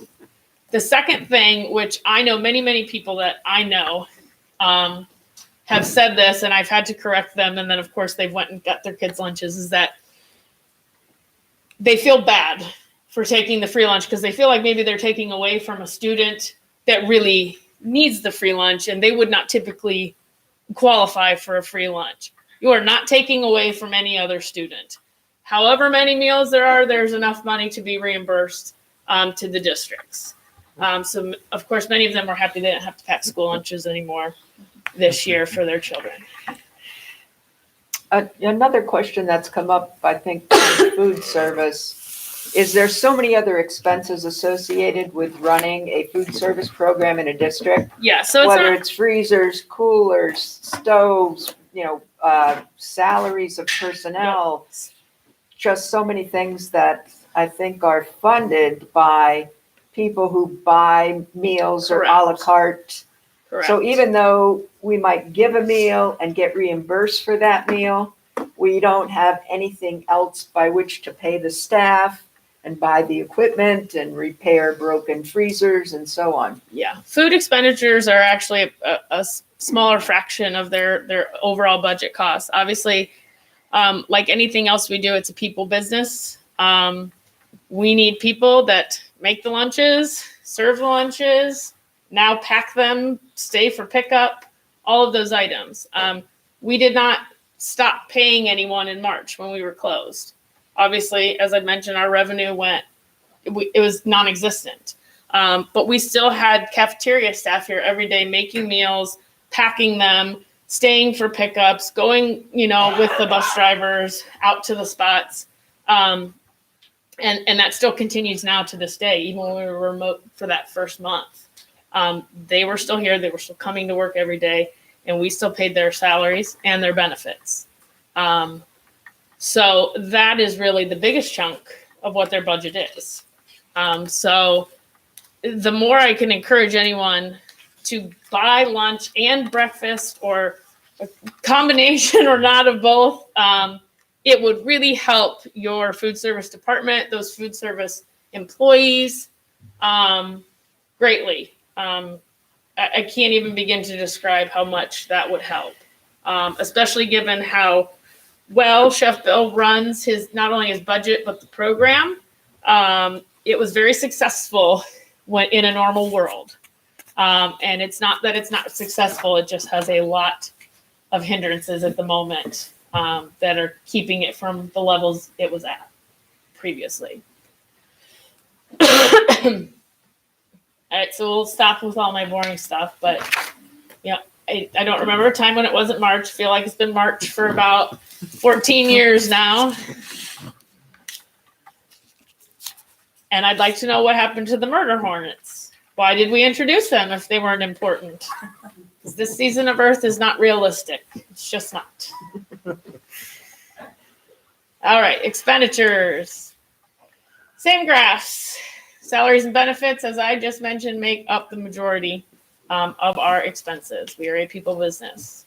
And you can see the changes. Historical change, I believe, is Is it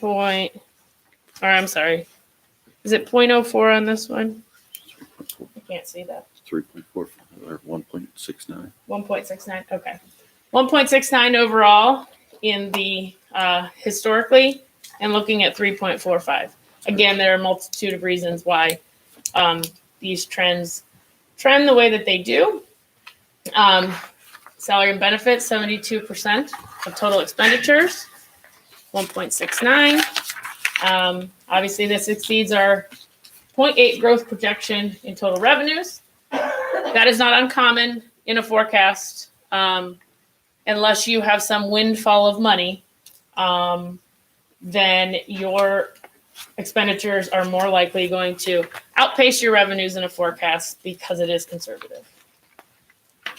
Personnel services, a little over 50% of our operating expenditures. This is staff salaries. The board, CFEA, OPSI, SEIU, ratified an agreement to increase base wages in 18 and 19. They were increased 2% and 1.5% respectively. And then they all entered in agreements to extend their contracts for this past school year with no base increases on salary. And those all expired at the end of last school year. So just recently, last board meeting, board ratified an agreement with SEIU for this year and the next 2 years. It includes increases to the base wages of 1.5% in the first year and 2.5% in the 2 following years. In addition, employees who had their step frozen during the 11-12 school year will have that step restored to them this year in fiscal 2021. Currently, CFEA and OPSI have not finalized new agreements. And fiscal year 24 through 25 assumes inclusion of all steps and 2%, which is what we were projecting before for most of the forecast. It's not a guaranteed projection, and it's kind of included to show our historical trends and historical increases that have been given in the district.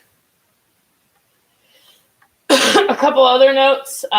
Passage of the emergency levy allows for $385,000 of salary and benefits, community relations coordinator, intervention specialist. And then the reduction in force that was implemented last school year saved us a little over $1 million. However, this year, because of the reduced class sizes and the 2 options, we had to add an additional 7 to 10 employees, which increased our salaries by approximately, $400,000. And that additional cost is assumed in all future years of the forecast, because we don't know how long this may go on. So here is your graph there. You can see where we had reductions in a few years and then resuming back to this year's levels and the increases that were either negotiated or are projected. Employee retirement, 21.87% of our revenue, or of our expenditures, This includes retirement, Medicare, workers' compensation that apparently we pay too much for, and health insurance.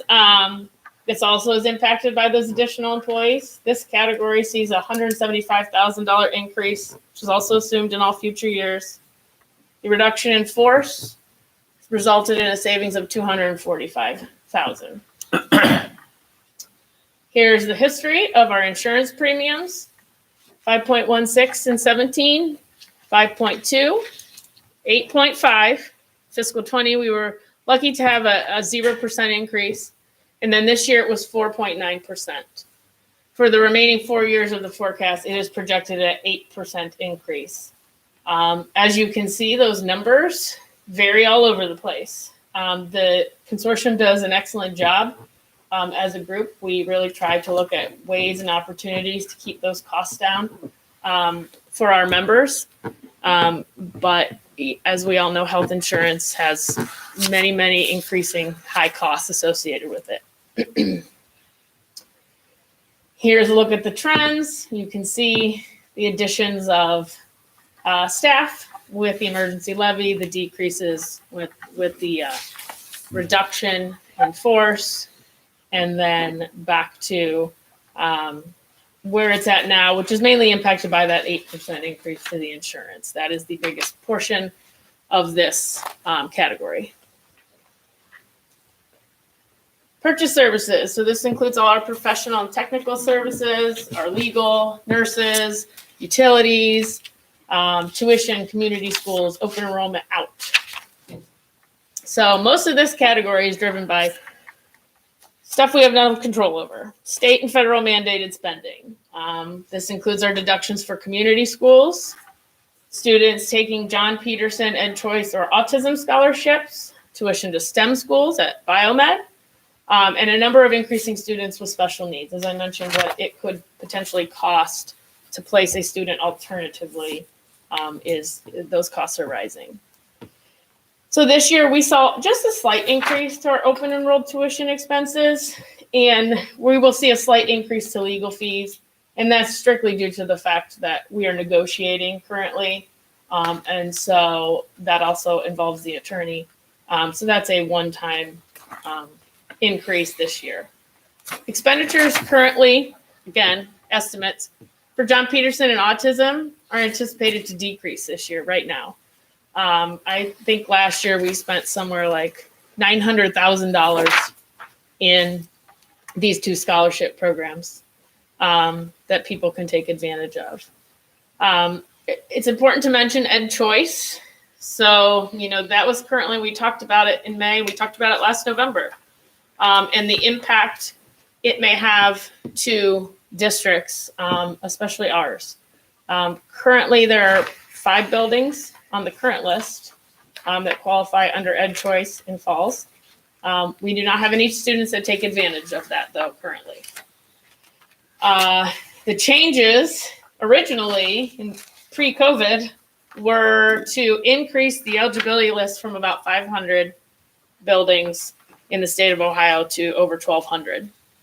And while also increasing the threshold, I should say decreasing the threshold for poverty, along with many, many other items that were in there that are just detrimental to public education. A student would not even have to have stepped foot inside this school ever. And we're responsible for their tuition now to a non-public for the rest of their career. Currently, it's a little different, but it still has a lot of flaws. The way it's looking at, they're really trying to slam that through right now and get it done. It still has flaws. Looking at the projections, we would have no buildings on that list, but it still would cause us issues as far as the poverty levels they're looking at. And for other districts overall, it is not good for public education. There are schools on there where those buildings received A, B, or C ratings, and they're on that list of not being up to standard and giving these other kids tuition that is paid for by the public school district to go to non-public schools. So that's really, they're really trying to push that now. They were on the back burner with COVID, but they are really trying to push that. So that's something to keep an eye on. I think it's important, and you'll see a theme here over the next couple slides of what our impacts would have been had we not had CARES Act funding.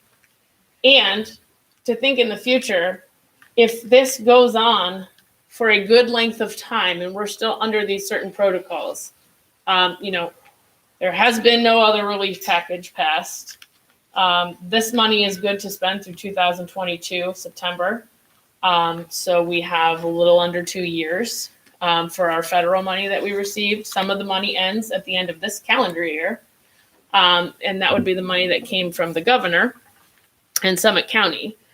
So in this category, we had to add 5 medical assistants in order to facilitate proper COVID protocols. And without these CARES Act funds, the general fund would have absorbed this expense. It is about $725 a day roughly, for those 5 medical assistants, 4 days a week, the entire school year. As I mentioned, student wellness and success funds may help offset existing general fund expenses. And we did have that last year. We supplanted. But we don't assume that these funds are going to continue or be available for beyond this year. That will be part of another biennium if that's what they choose to do. So this is a little under 20% of total expenditures. It's our third largest. We're looking at a projected growth of 3.32% going forward. And in this graph, you see a large decrease last year. It is not a decrease in expenditures. It is the effect of reclassifying where we're purchasing things from and what budget line items they go to. There were a lot of accounts in this category that were just kind of a catch-all that the district was using. Now we've tried to be more cognizant of where we're actually putting these funds, because then a lot of that, is how we report through EMIS and ODE and all those different reports that they put out is all affected by financially where we're allocating this money to. So while it's a decrease there, it's just allocated elsewhere last year.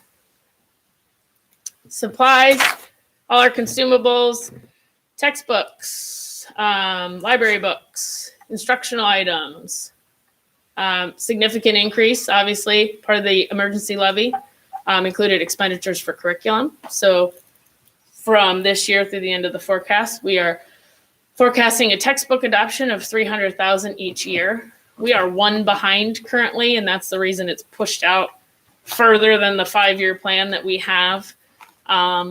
So there could be a year where maybe that's, double. Right now we just have it each year, and that will conclude the plan there. This is a big one where, again, we were fortunate to receive CARES Act funding. It offset all of our cleaning and sanitation supplies, our online learning platforms, and other items made necessary because of the COVID-19 pandemic. And what you'll see as well is that, as I mentioned, I don't see us going away from any of those online learning platforms in the future, but we are not going to have CARES money indefinitely and be able to use it. So that's something that's in there, is being assumed in future years for the general fund. Again, you can kind of see the ups and downs. A lot of that is emergency levy.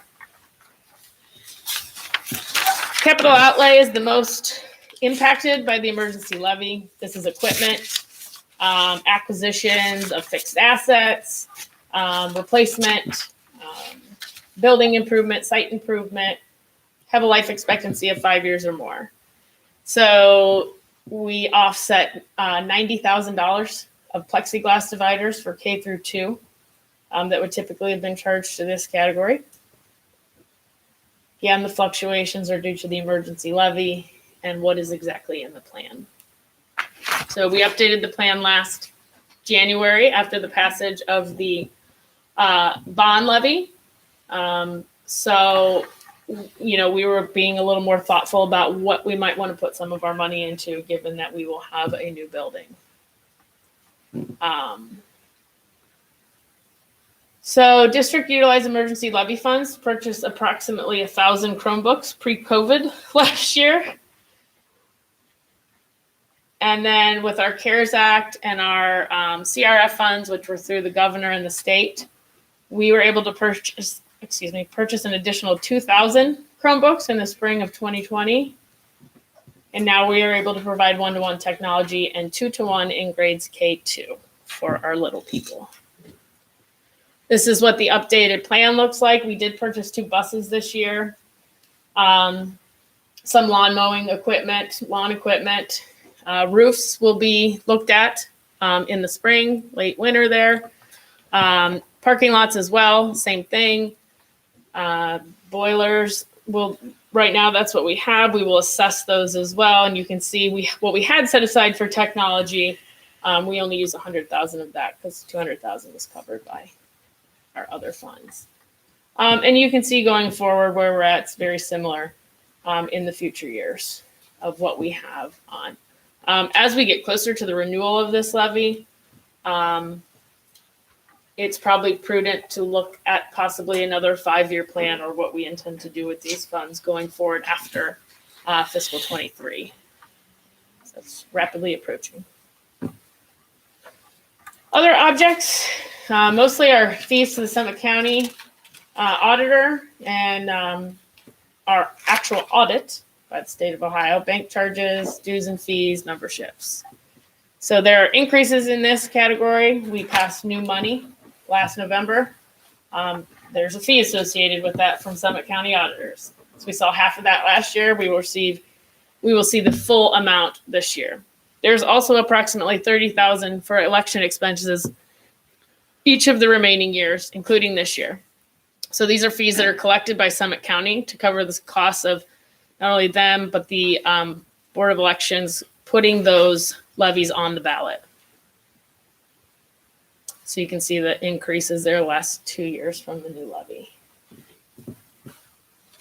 This is pretty much going to be a repeat of the total other revenues. This is the opposite way. So this is transfers out and advances paid out of the general fund. One thing that is in here, taxpayers are able to file for reductions in property values. And if they are approved by the county, they are refunded the taxes they paid. They get refunded the taxes they paid previously. In the year the taxpayer is refunded, we receive a reduction to our tax proceeds in order to give that money back. We monitor those closely. I can't remember the last time we lost one. It's typically we look at the businesses and the big valuation ticket items where people are asking for a huge reduction based on information, or we're given a huge reduction based on maybe not all of the information. So our council does a very good job of making sure that we're getting everything we can. Food service, again, not part of this. So here's where it will negatively impact our budget is that if either one of these accounts are in the red at the end of the year, we will be required to transfer money from the general fund into those to make them whole and in the black. So it will cost us money. Right now, we are not projecting that.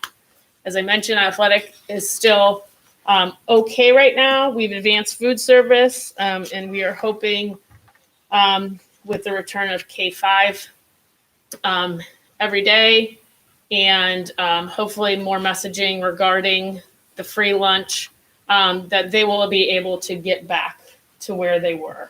I'm also currently looking into items that possibly could be paid for by our CARES fund to kind of alleviate some of their burden. And as you mentioned, we advanced $200,000, but we're anticipating it to be back. So the big ticket revenues over expenditures, good sense of the district's fiscal health. Positive number indicates that we spent within our revenue. And a negative number means obviously our expenditures exceeded the revenue. This number should not be negative at all. The goal, obviously, our goal is to increase our cash balance, and that means keeping this number positive. So how are we doing? So in the May forecast, again, those are small. They're going to be small in here too. We were looking at. There we are. As I said, we projected to end last year at 2.5 million to the good, and we actually ended up with 3.9 revenues over expenditures. You can see going forward how they compare. Year actually, I pulled that up. Sorry, I gotta click that. You can see year to year. And keep in mind they're diagonal because we've added a new year to this forecast that wasn't there in May. So you can see that there's positive impacts there, but we are still in the red in those last years as far as spending more than we're bringing in. Fund balance. So same information. They don't have information for last year yet. Average district in Summit County has 37.6% cash carryover. We are the 5th lowest in the county as far as cash carryover. I'm interested to see fiscal 20's numbers though. Are we at about 18%? 20%. We're right about 20% now. 20? Yeah, I think it's on the next slide. It'll I'm sorry. show where we're at. Okay, I'm sorry. If I remember correctly. So ODE recommends you have 60 days cash carryover to be solvent. Industry standard is 25%. We have improved cash position, but we need to continue to focus on establishing that healthy carryover to add to that cash position. On a side note, that cash position will help us when we go out for sale of our bonds and our rating with the different institutions. So that will really help us. Interest rates are low now, and our cash position will help make those even lower. So here's where we were in May, and fiscal 25 says 0 because that was not part of May's forecast. But here's what we were projecting. And then you can see November is the second line. What we're projecting. So for this year, we were projecting 9.6, I believe. And now we're at 13.6. And so on and so forth. So it looks better than the May forecast. A lot of that has to do with the fact that we assume some delinquencies. We assume 10% in state funding. But we also have to keep in mind that we don't have unlimited federal funds to help us with some of these additional expenses that may stay with us for we don't know how long, and maybe forever. So we do maintain a positive cash balance through the whole forecast. So here's our cash carryover. Last year, we ended at 12.2. It's about 22% at the end of last year based on that year's expenditures. You can see what 60 days looks like and what 25% looks like. Going forward, I believe it goes up to 23, and then we're at 25, then 23, and of course in years 4 and 5, it is projected to fall. Not uncommon. Years when ODE is looking at districts, they're looking at the first 3 years. Year 4 and 5 are very hard to predict that far out. So I'd like to show you a picture of people at a shopping mall circa 2019, very old photograph. And given the holidays, if 2020 was a bonus check, it would be the one he got on Christmas vacation. So I'll ask if you have any questions, but I think we can all agree. Before I agree to next year, I'd like to see terms and conditions before we move forward.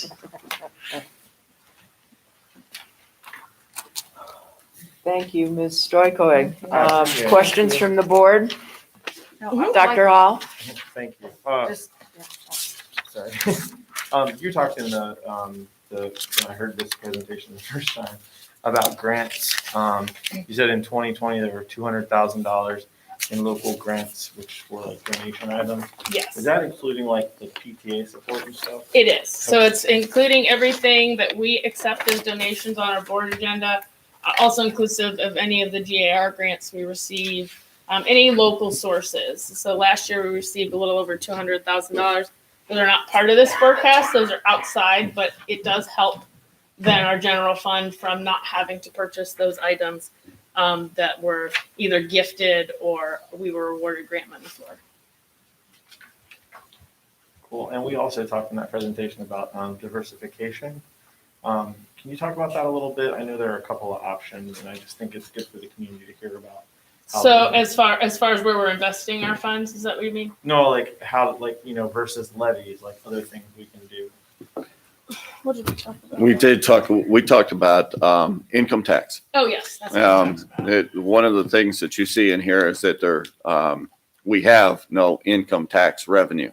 Income tax is another source. It's another option for school districts, and it's becoming more and more popular. It's very popular in the west side of the state, and it's becoming more and more popular here in the northeast part of the state. The school district tried a income tax once, probably about 20 years ago, and was resoundingly defeated. But I think people are starting to understand more about the diversification of a portfolio and offsetting the burden of property tax on the taxpayer.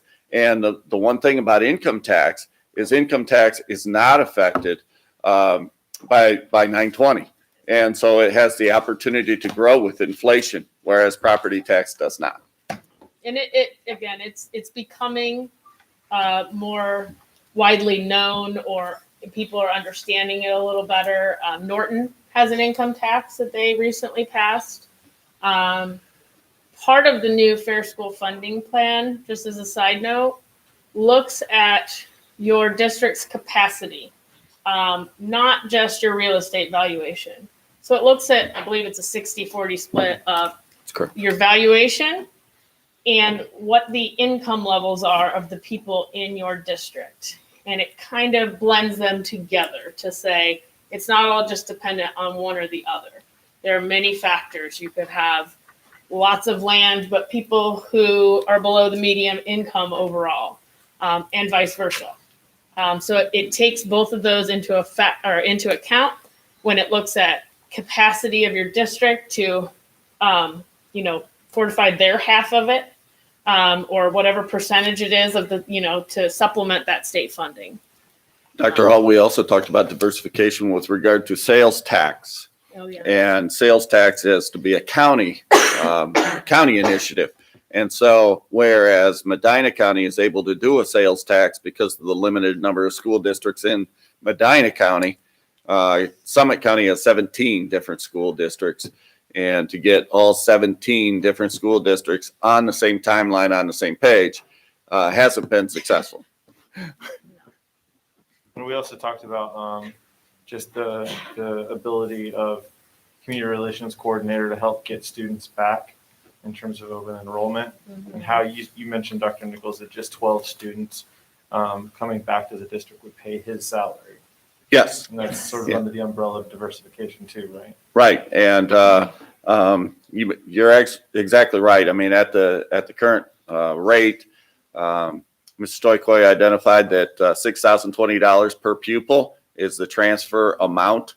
And so Mr. Wasoko is putting together a comprehensive marketing campaign targeted at residential students to return to Cuyahoga Falls, and that is either from open enrollment out, community school, and or parochial schools.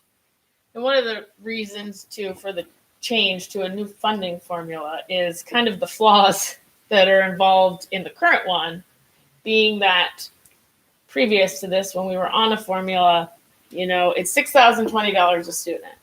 But then when they start calculating, we end up getting probably about $3,000, roughly around there, per student. But for every open enrollment student we get the full $6,020. Now the opposite is also true. We only get $3,000. We have to pay out $6,020 for anyone who wants to go to another district and open enroll there. So those are kind of the flaws that they're trying to address, because really, for a district that doesn't receive open enrollment or does not accept open enrollment, they're more than likely losing money on that, because they're not getting funded the full $6,020 for their kids. I think if I remember, 85 to 90% of districts on that formula were either on the cap or on the guarantee. So it's not working. And that's what that tells us, is that formula is obviously not working. Only 15% of the districts are truly on the formula. And we actually did transition to the formula. I mean, we were a cap district, and then as a result of enrollment, really, we moved into being on the formula, one of the smaller percentages of schools that were on that formula. And frankly, our open enrollment in offsets or has offset until this year our transfers out and open enrollment out and community school and John Peterson and all of those.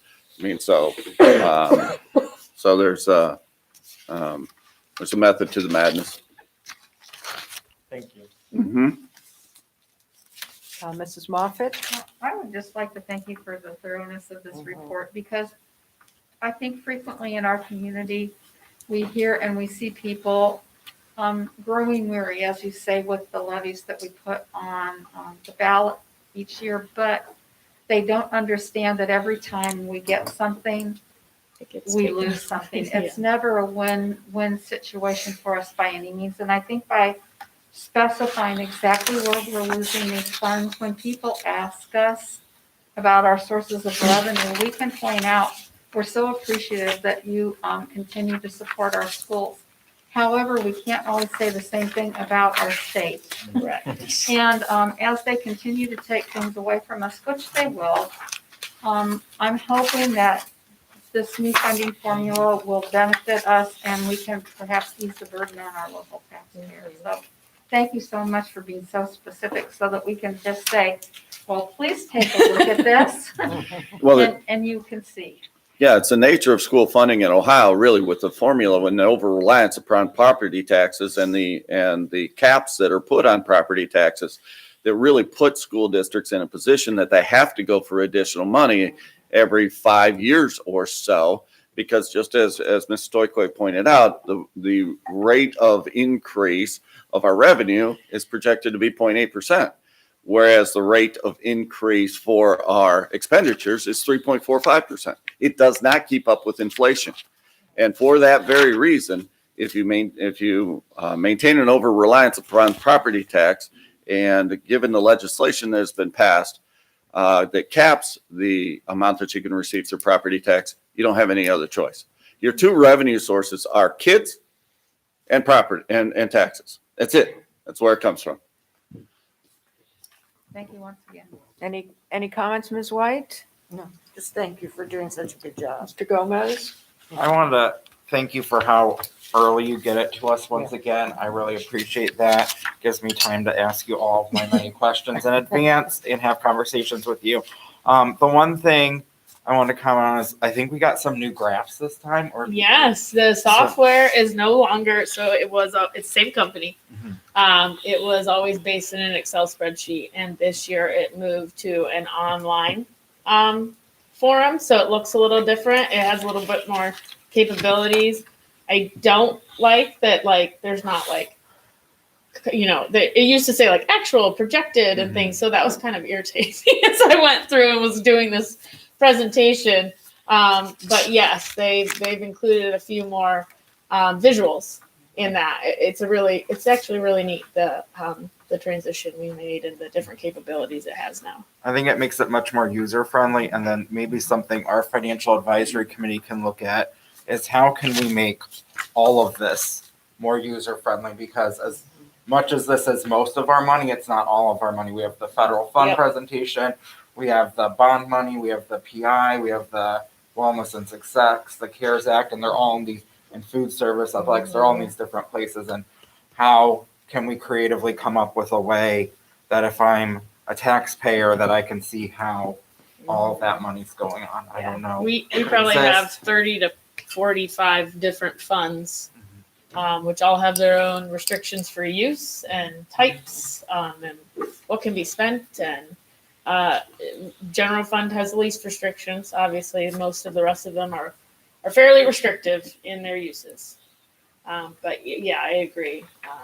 And that would be a good topic for the finance committee to kind of figure out what they think. I'm sure some software company is probably working on it. Yes. There's plenty of school software companies. Yes. I think that does it for questions from the board, Ms. Stoykoi. So thank you very much for your presentation. Whenever you're ready, we'll have a roll call. All righty. Love Christie.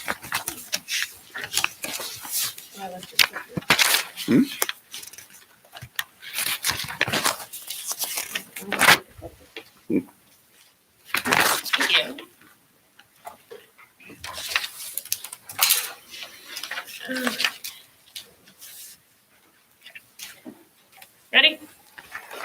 Ms. Schofield, Aye. Ms. White, Aye. Mr. Gomez, Aye. Dr. Hall, Aye. Ms. Moffett. I'd like to recommend the Board of Education approve the October 2020 investment schedule and monthly spending report. So moved. I'll second. Moved and seconded. Ms. Stoykoy, please. Not a whole lot that I haven't gone over. Let's look at food service though, the 006.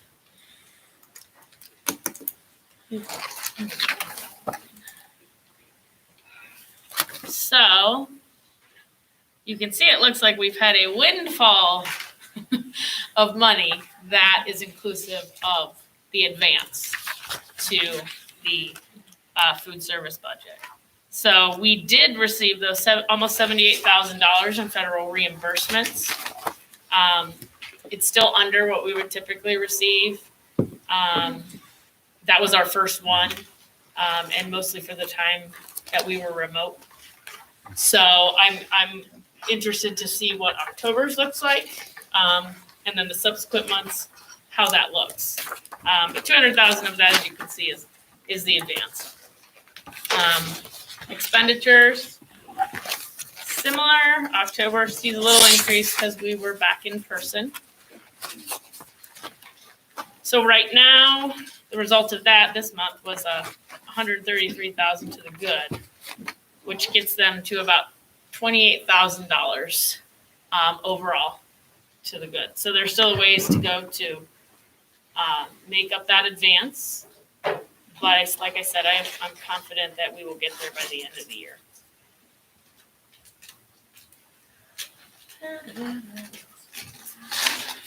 You can look at Red Tree. Red Tree, there's no surprises here. We're pretty much on the same pace. We got about 3,300 this month. It's been pretty typical. Our interest has been pretty steady since the beginning of July and this year. So I have reached out to Ryan in regards to what types of things we can do with our bond money once we complete that transaction. All of the other stuff I just talked about for an hour. So I will spare everyone else going over it again. Any questions for Ms. Stoykoy before we call the roll on this item? I have something. I wanted to recognize you and thank you for getting those unclaimed funds from the Ohio Department of Commerce. I saw those in the revenue, and I appreciate you getting that. We leave no stone unturned to get a penny for the district. And then in results of operation, I thought it was notable that we had a positive October in results of operations. Yes. It's the first time in quite a long time Yes. that we've had a positive October, gone 4 months in the positive and not negative. So I think that's good news for the district. Yes, it is. Thank you. Roll call, please.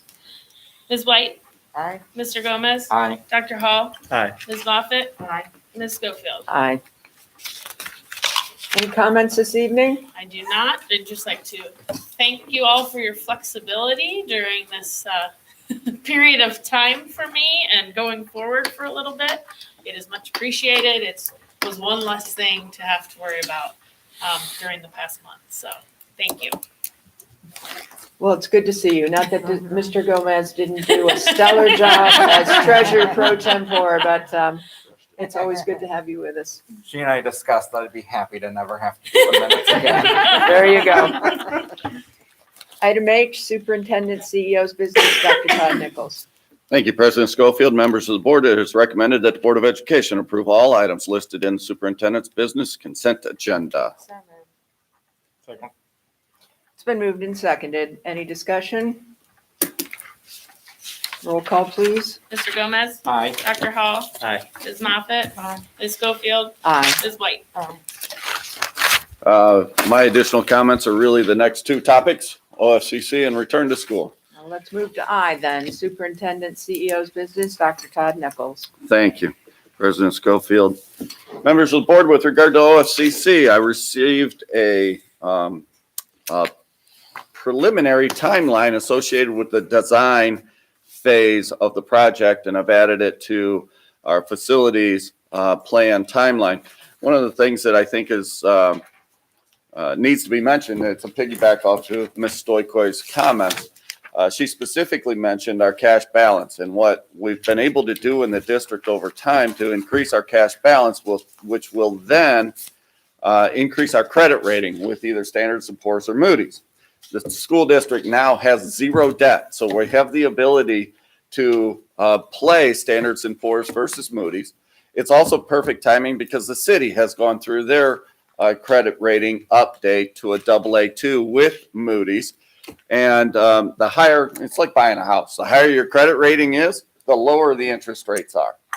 And so when you go out to a bond issue, in our case, a combination levy, but when you go out to a bond issue, you have to estimate an interest rate. Okay. And so the estimate of the interest rate that we used, it was reasonable at that time, was 4.5% interest rate. And so again, like buying a house, it's you're working on an amortization table over a 36-year price, and a big project like $114 million project then comes with a fair amount of interest over the life of that loan, if you will. I mean, if you want to think of it that way. And this last week, as I was taking a look at interest rates associated with sale of bonds and so on and so forth, it is 2% or less. And so if the difference over the life of our bond issue just on interest rate, between 4.5% and 1.5%, let's use that as an example, is $45 million. I mean, the difference between 4.5% and 2% or 3% is $22 million. And so it's incredibly important for us to take care of the fiscal house, which we did prior to going out to get to the credit rating. And then that credit rating will then drive the interest rates and ultimately return some investment here to a Cuyahoga Falls that we can use in really three different very specific ways. And we'll get into that as we get closer to the project and closer to the sale of bonds. We are, for the benefit of the audience, in terms of credit rating and then sale of bonds, the credit rating process, it's on the back sheet here. The credit rating would be set about February 24th. So in terms of the financial side of the house project, we would be looking at receiving credit rating on or about February 24th. And then we would price the 2021 bonds, which is setting the interest rate about on or about March 3rd. So that's kind of a timeline that's associated therewith. Now, in terms of the actual design piece that I've added to this timeline, we'll be looking at January 11th through March 12th-ish. We will be doing the program of requirements, and this is the first phase of an OFCC project where the quantities and sizes of different spaces are documented. That will most likely be revised during the next phase. January 15th through February 15th, that month range is where we'll engage in educational visioning, similar to what we did when we went through the strategic planning process, but different and aimed directly towards the educational process that we're going to put into the building. And then we move down to March 15th to January 4th or June 4th. That's where we'll be in schematic design. That's the first drawing phase where conceptual plans are developed. And at the end of that phase, the first glimpse of the new building will be presented. So you'll start to see the first glimpse of the new building about the first week of June. And then June 7th to July 2nd, that's when the schematic design estimate, that is both the architect and the construction manager will develop estimates They will be reconciled between the two parties and presented as a consolidated estimate to the district. Numbers. July 5th to October 22nd will be in design development. And during this phase, engineering will be applied to the design, and more detail will be designed into the individual spaces within the building. If I may, I'm going to back up because I did forget one piece. January 4th through May 30th, all of the second semester is going to be community engagement. Okay? So we told you all along that we're going to engage the community in the process and so on and so forth in terms of the design and those kinds of things. You guys included, staff included. So that will take place all of the second semester of this school year. So October 25th, moving on, October 25th to November 26th will be in design development estimate. And that's another estimate developed by the architect and construction manager to ensure the design is within budget. And then October 1st to November 30th, presentation will be made to the Board of Education and the community. November 29th-ish, these are all supposed dates or just predicted dates. November 29th to February 18 of 2022. That's when we're going to deal with the guaranteed maximum price documents. And this is typically a 75% completed set of documents by which the construction manager will establish their guaranteed maximum price. That's why they're called a CMR. Their construction management team at risk. So they set a guaranteed maximum price. If it goes over that maximum price, it's on their dime. Okay. So that's what a CMR, that's what at risk means. February 21st to March 21st, the guaranteed maximum price estimate. The construction manager will issue the guaranteed maximum price. After this phase, the guaranteed maximum price amendment will be negotiated. March 22nd through April 30th. Conformed documents. The architect will finalize the set of documents incorporating any building permit and guaranteed maximum price negotiated items into the final set of documents used for bidding and construction. May 1st, 2022, we will issue a notice to proceed. This is the anticipated date by which the construction manager will be authorized to begin construction. In May 2nd, 2022 through June 30th, 2024, we will see a building being constructed. So about May of 2022 is when we'll break ground. So there's going to be a lot of work in between there, but that's when you can estimate that particular piece.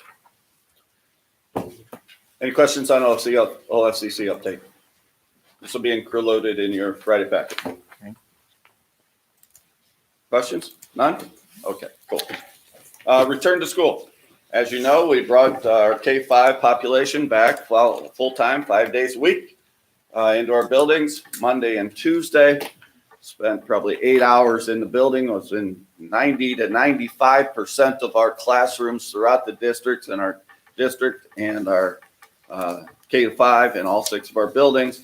And our teachers are doing a good job, doing a really, really, really good job. I saw places where it was a little tight. I saw several places, forgive me, but I saw several places where if we remove some of the extra furniture that's in there, that we will create more space in those places. But I did see many, well, maybe not many, but several classrooms where there is additional furniture that, in my mind, doesn't need to be there to create more space for students. But I know there's a lot of comments about that tonight, and so I won't belabor the point, and I'll turn it over to you, President Schofield. Any comments on back to school from the board? One thing I would like to see us reinstate, as we intended to at the beginning, is to add back the quarantine data on our COVID dashboard. Many other districts are. It was originally our intent to do so. I know that it will not always be fully accurate. I know that people are sometimes quarantined for reasons other than anything to do with school, and we don't always know that. But I think we should be as transparent as possible. It was our intent originally to have that on there. I think with a disclaimer that it's not perfect because of these different things, I think it would go a long way in building trust. I've had people ask me about it as well. I've talked to you about it as well. And I think also we should add a date and time stamp to that. So when people know are looking at it, they know when that information is accurate as of, because I think we're updating it as needed, but I think it'd be helpful to people to know I'm looking at data that's accurate as of 6:30 p.m. November 17th.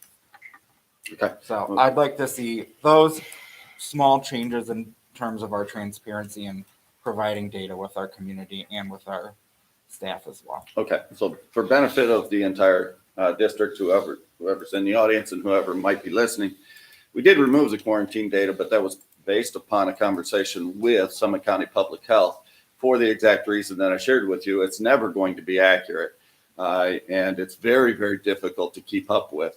But we can report the information that we happen to know at the time. But that disclaimer has to be there. It's never going to be 100% accurate. It's going to be very difficult to keep up with. In terms of updating that dashboard, it gets updated, probably was updated 3 times today. It is updated the moment that we know we have a positive case. But without that timestamp, people don't know that. You know what I'm saying? I only know that it's what I'm looking at, and I don't know when that was updated. I understand from our perspective, we understand that we updated it 3 times, but if I'm a community member trying to access that information, I don't have that information. I don't think, every time you're updating it, you're in there anyway. We might as well add that data later. Fair enough. We'll do our best. I just wanted to bring up one other article I was reading today. At the Mayo Clinic, they've had 900 staff at the Mayo Clinic test positive. But what was interesting is as they did the contact tracing, 93% of the cases of healthcare workers getting COVID happened outside of work. And so what it really comes down to is being responsible with our choices, with what we do and how we're living. I know my family's made decisions about the holidays that aren't what we would prefer to do, but it's what we think is right to do given the timeline.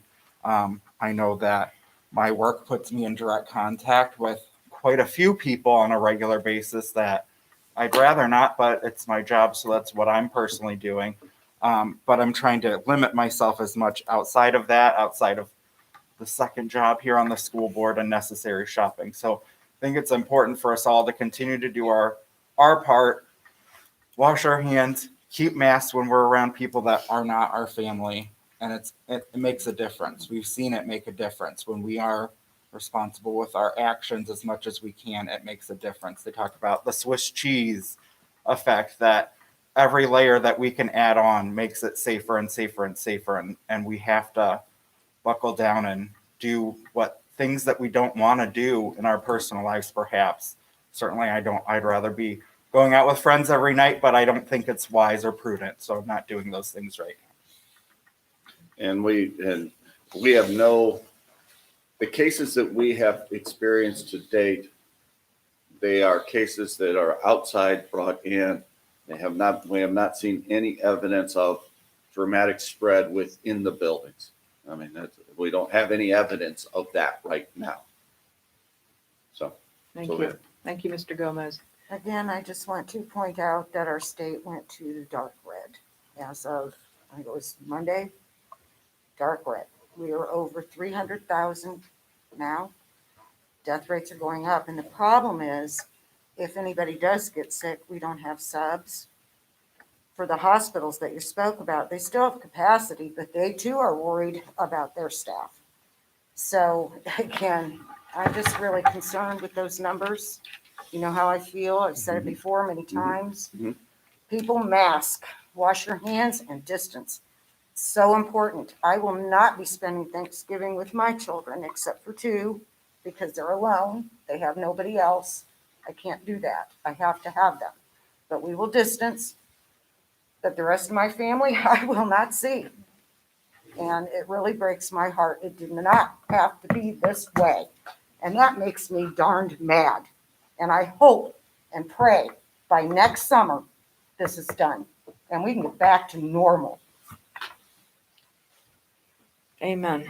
As do I. We just scheduled our Christmas in July for Yeah. our Taylor family, but I would like to once again voice my concern about the increasing numbers of COVID in the community. And I'm so blessed and thankful for all of the people in this room who are here to express their concerns, because often my lens is colored by the medical people in my family, and I don't want anyone to be ill because of situations that we can control perhaps, but have not. So thank you. I know the stress that all of you are under, and I know the stress I was under, and I retired in 2012, and a lot of things have changed. So thank you for all of the work that you're doing. And please continue to keep our communications open, because I think we only know what we hear. We only see what we see, and we need to have an open line of communication with our people, because we want to keep everyone safe, and we want to keep our kids in the classroom for as long as we have. But as we heard yesterday in the state of the schools, the hampering will be our inability to provide coverage, and that was said by a superintendent of another district. So we know how the cards may need to be shuffled and rearranged, and that provides additional stress. But we all know deep in our hearts as teachers, and maybe not even teachers, but parents or people in the community, the best place for the kids is the classroom. We know that in our hearts, and I think that's why we're trying so hard to keep the kids there. But if we hear from you over and over again and see things, decisions will have to be made based on coverage and things like that. And with that, I will close my mouth. So, as many of you know who attend board meetings regularly, board policy outlines the procedures by which the Board of Education may be addressed at a public meeting. Part of that policy, which is rather lengthy, I read at the beginning of each board meeting. So if you want to address the board regarding a topic on the agenda, here's what you do. If you want to address the board regarding a topic not on the agenda, here's what you do. But in addition to that little brief statement at the beginning of each board meeting, there's also 3 full pages of board policy on addressing the board. One of these criteria in policy is this, and I'll read it verbatim. Any group appearing before the board shall select a spokesperson to address the board. Other members of the group shall not address the board except with the permission of the presiding officer. So I know that Ms. Carlisle, the president of our teachers union, notified our treasurer that she wanted to address the board this evening. And certainly as a spokesperson for our teachers union, I would give her the opportunity to speak first. If you choose not to, out of respect for CFEA and the people who are here this evening, then we would ask that each individual who wishes to address the board still do a couple of things. One, come to the microphone. That's the only place that picks up the live stream and records the meeting. 2, keep your comments within the 3-minute limit identified in board policy. Clearly state your name so we have that on the record. But the other piece of this is that conversation about a topic is restricted to 30 minutes. And we will maintain that 30-minute guideline. So if some of you want to speak on behalf of music teachers, for example, maybe we won't need all 4 or 5 music teachers to speak. That will not be my decision to make. That will be your decision to make. We want to hear from a representative group of people. And so if you want to take a minute and figure that out, that's fine. But we will maintain the 30-minute limit. And we ask that you just move to the microphone. I'll ask Ms. Stoikoi to call you in the order in which you turned in your request to address the board, unless you'd like to suggest another method, and that's fine too. But once we begin the conversation with you and the board, we'll just move through as many of you as we can in the 30-minute timeline. Ms. Carlisle, did you want to address the board? So we'll have you begin.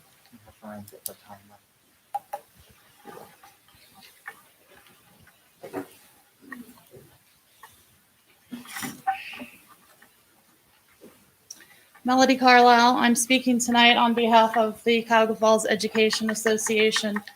I would like to say real quick before I speak from my prepared comments that my family made many sacrifices. However, my daughter works in healthcare, and she did unfortunately bring COVID to my house. So please don't make comments that would make it seem that you are not sacrificing or you're not doing things that are helping the good of the order, because that's real personal to me, because I believe her being a healthcare worker, I guess, I can take it if that's what I needed to do. So this evening, you're going to hear from several concerned staff members regarding the current return to school situation. We have many staff here. We have many staff at home listening. We have staff that emailed in their concerns and comments. It's obviously a very critical time. It's a very emotional time. As the leader of this organization, I'm not going to take a stand on who should or should not be at school, whether the children should be here or not. I'm a firm believer that the health department should be making these decisions based on what is best for their communities. They're the trained professionals who have the best interest of the students and the staff at the forefront of all of their decisions. Schools have been put into an impossible no-win situation when given the authority to make this decision to whether have students in school or to teach them remotely. That being said, you were given the task of making those tough decisions. When school began, it was my job to facilitate safe working conditions for my members. We worked with administration all summer to create the best environment we could that would provide an education as well as safety during this pandemic. However, many of those guidelines created as a team are not being followed today. The board refused to enter into a memorandum of understanding that would ensure safe working conditions for staff and students alike. That decision has created an environment of division and fear, not the culture of caring we so often hear about. We understand this hardship that the pandemic is putting on our community and families. But in this time of crisis, people need to feel supported and safe. It is imperative that you find a way to make all of your constituents, the community, the students, the staff, feel secure during this unprecedented time. Because I believe the well-being of our entire school district depends on it. Thank you.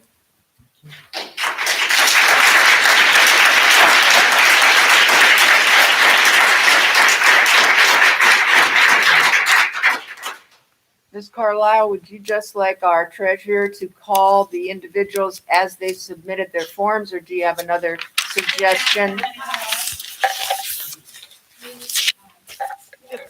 15. If you really can't hear from everybody, which is such a sad story, please begin calling. The next person would be Jody Tucker.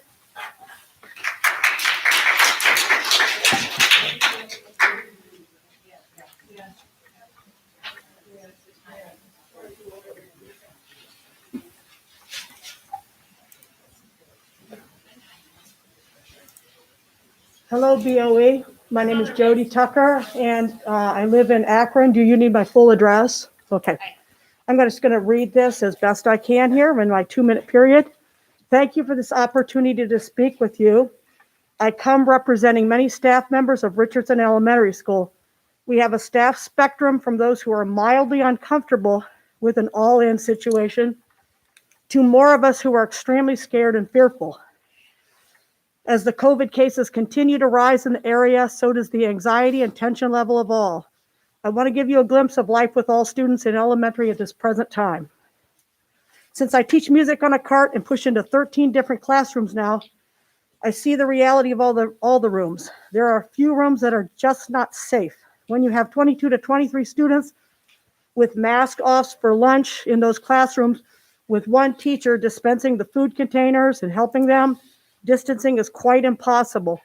An asymptomatic child could be spreading anything and fast with the setups in some of these classrooms, not all, but some. Of course, teachers know our core business is student achievement and growth. However, in the course of a school day, there are also times of breakfast monitoring, lunchtime monitoring, recess monitoring, socially distanced bathroom breaks that can be up to 15 minutes or longer, depending on the number of students per class, sanitizing desks before students eat, hand sanitizing perpetually. This is all quite exhausting. The expectations are sky high for teachers and staff to keep things safe. And of course, we want to. Yet those expectations come with a cost, staff time and energy. We may not be able to consistently deliver the high quality instruction that we are also expected to deliver when pandemic concerns take so much out of us. Mental stress and physical exhaustion are taking a toll on teachers and staff. I can speak for many Richardson staff members who believe that the decision to go all in at this time is not wise. While we are aware that the community wants students in school, we value our own safety and that of our students and families too as a higher priority as COVID-19 cases and quarantines continue to rise daily. Please consider these comments as you plan. I will be going home after this meeting wearing my mask at home to protect my 85-year-old mother who lives with my husband and I. Thank you for your time and consideration.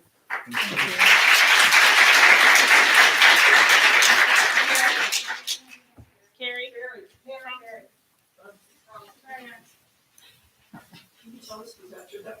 Yep, Jim Lang.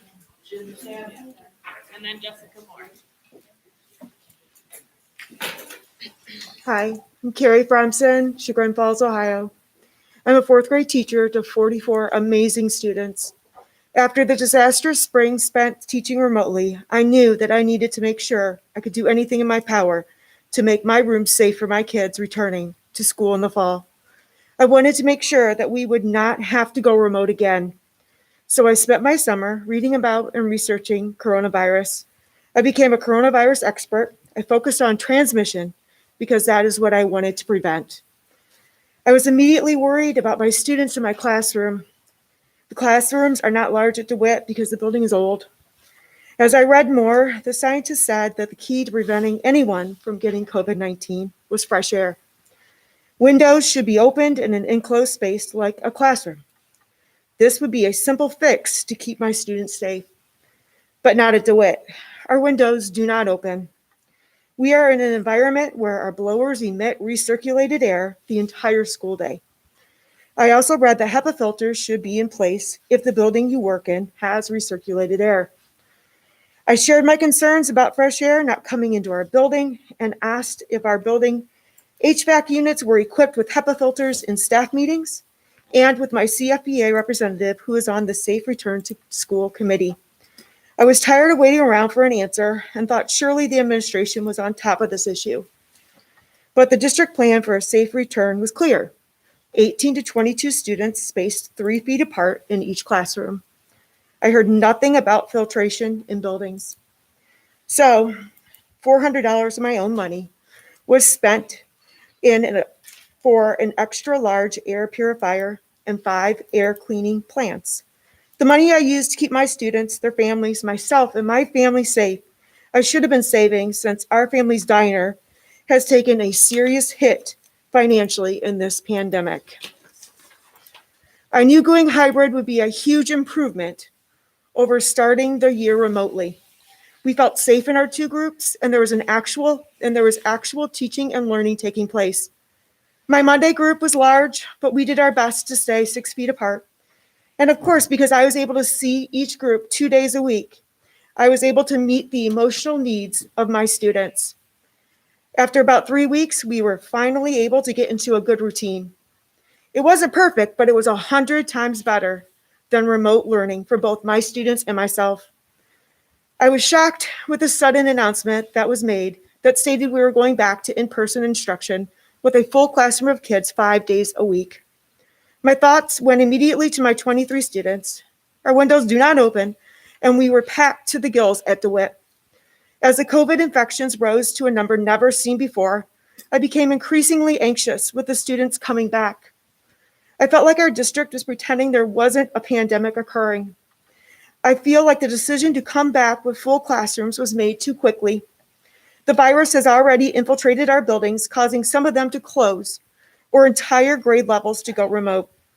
Because of the amount of students packed into my room, all it will take is one student or teacher carrying the virus into the classroom to cause the class to quarantine.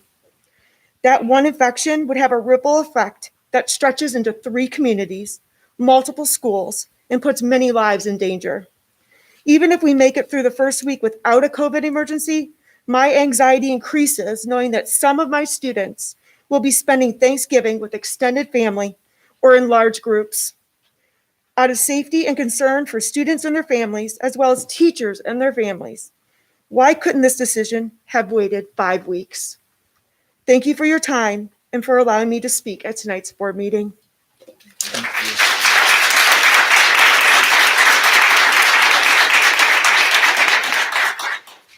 Good evening. My name is Jim Lang. I'm a teacher at Roberts Middle School.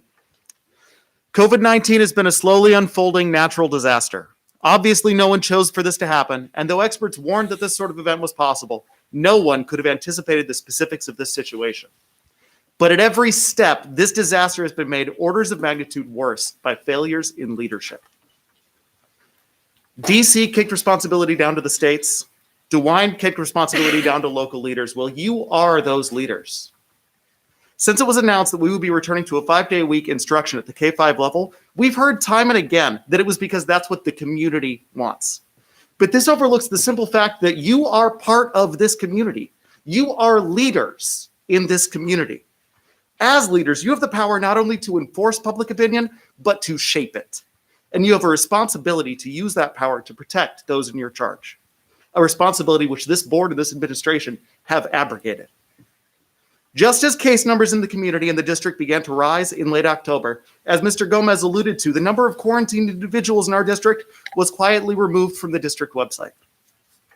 At the same time, a community survey was circulated which solicited parent preferences for instruction going forward. We've heard several times that when asked, 76% of the community voted for a desire for K-5 students to return full-time. However, that statistic is deeply misleading. On the survey question about a K-5 return, only 2 options were given: a full-time in-person return or a fully remote option. No choice was given for parents who would prefer the hybrid model, which we have already shown can safely instruct our students. By obscuring quarantine numbers and relying on misleading survey data, you in fact are using your power to lead and to shape public opinion. But rather than use that power to persuade the public toward caution and restraint, you have instead chosen to project a false sense of security and manufactured consensus and push us toward a recklessly premature reopening. Additionally, teams representing the administration and the teachers worked for dozens of hours this summer to develop a memorandum of understanding covering the inevitable changes to our working conditions as we tried to prepare for this storm. As Ms. Carlisle alluded to, this was done in good faith and led many teachers, including myself, to feel optimistic as we entered August. But as the year started, you broke that good faith by pulling out of negotiations and declaring that the board was no longer interested in an MOU. Because of this, teachers are now routinely asked to work beyond and outside our contracts this year, even as we are asked to trust that you are negotiating our next contract in good faith. You have broken our trust, you are putting us at risk, and you are failing as leaders. Thank you for the opportunity to speak tonight. I know my words have been passionate, but I trust that you know that it is because I feel passionately about this community, this district, this staff, and our students. We cannot provide a quality education under unsafe and unfair working conditions. I hope that the board and the administration will consider what I've said tonight. I hope that you will have the courage to reconsider the K-5 reopening plan, to stand up and lead our community in providing safe learning environment for all. As Ms. White said, it didn't have to be this way, and it doesn't have to be this way. Thank you for listening.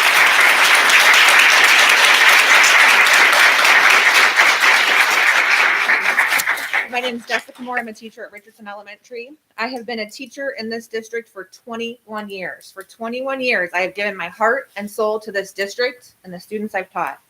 This year has been rough like no other. It's been rough for many reasons, but the main reason is the unfair and unsafe working conditions. Our union asked for an MOU months ago, but that request has been repeatedly denied. Our rights and safety concerns have been ignored.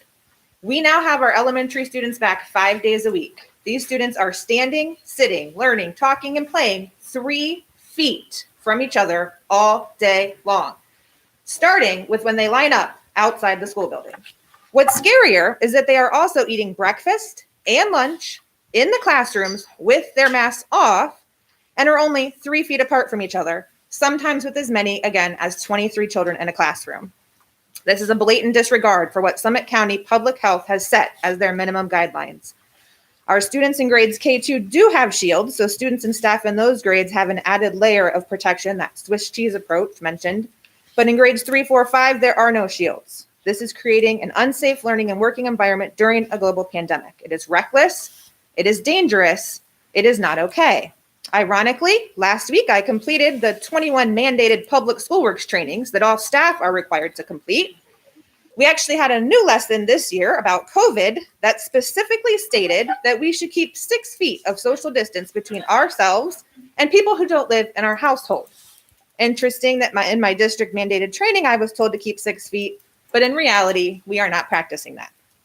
It has been stated repeatedly in all calls and emails that our parents overwhelmingly want their kids back in school full time. This again is not accurate information. In the survey provided to parents, there was no question or choice given to parents about hybrid versus 5 days. The question that parents were asked was, if we return to K-5 in-person instruction 5 days per week, would you prefer option 1, K-5 students would attend school in person 5 days a week, or option 2, students would attend our Black Tiger Remote Learning Academy fully online? Parents were not given a choice or a chance to vote for hybrid. They were only given a choice between 5 days or fully online. Other districts are stressing the importance of mental health and safety, but not ours. Many districts are providing an entire day for staff to get professional development, plan and record lessons, grade, provide feedback to students, and communicate with families. Our teachers are suffering from exhaustion, both physically and mentally, from all the demands that have been placed on us, as well as the constant changes in our working conditions. We are working around the clock. We don't have enough time provided in our days to complete all the tasks that need to be done. Our staff feels unsafe, unsupported, and unheard. In 21 years of teaching, I have never felt so helpless. I urge the board and administration to work with us to create an MOU that addresses our working conditions and addresses safety concerns for staff and students alike. Thank you.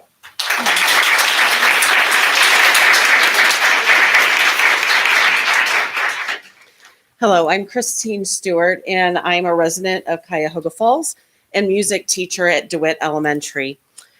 I grew up in Stowe and spent my entire childhood education as a Stowe Bulldog and was a proud Bulldog.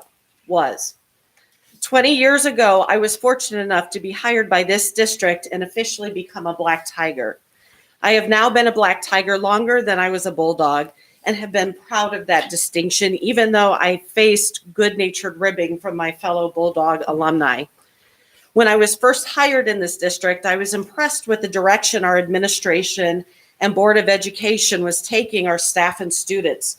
Through the ever-changing legislative landscapes, our administration worked closely with teachers to develop the best course of action that would support teachers so that they can be the best version of themselves to teach our most important community members. Everyone here knew the challenges we would face planning for this school year. When we returned in person to our classrooms, it quickly became apparent that our classrooms would become crowded, even with reduced rosters this year. As more and more expectations were placed on the plates of teachers, I began to see my strong, amazing colleagues crumble under the pressure of educational expectations, personal worry for their safety, and the safety of their loved ones. As an elementary music teacher, I've been placed in a unique situation in that I've had my classroom taken away and I push into 13 different classrooms. Classrooms that some of them are so crowded, I can't get my cart to the front of the room and the cart is blocking the entrance of the door, which, as you can imagine, is a concern should an emergency arise. My colleagues have been extremely gracious in welcoming me to their classrooms. However, I know they are concerned that I come into contact every day with so many children and I'm entering their space. When we were informed that the Board of Education and Superintendent wanted to have elementary students come back full-time, teachers knew that remaining socially distanced would be difficult, if not impossible. Teachers began to voice their concerns, and administration told us that they were coming back regardless of our safety concerns. Your teachers are in a mental health crisis. We have been told students are coming back because it's what's best for the students. When your teachers are suffering and drowning, how is this best for students? We want more than anything for things to go back to normal. But until it is safe to do so, we need our leaders to hear us and recognize the crisis we are in. What happened to the leaders in this district that worked with their educators and that I was proud to switch teams for? Thank you for allowing me to speak this evening.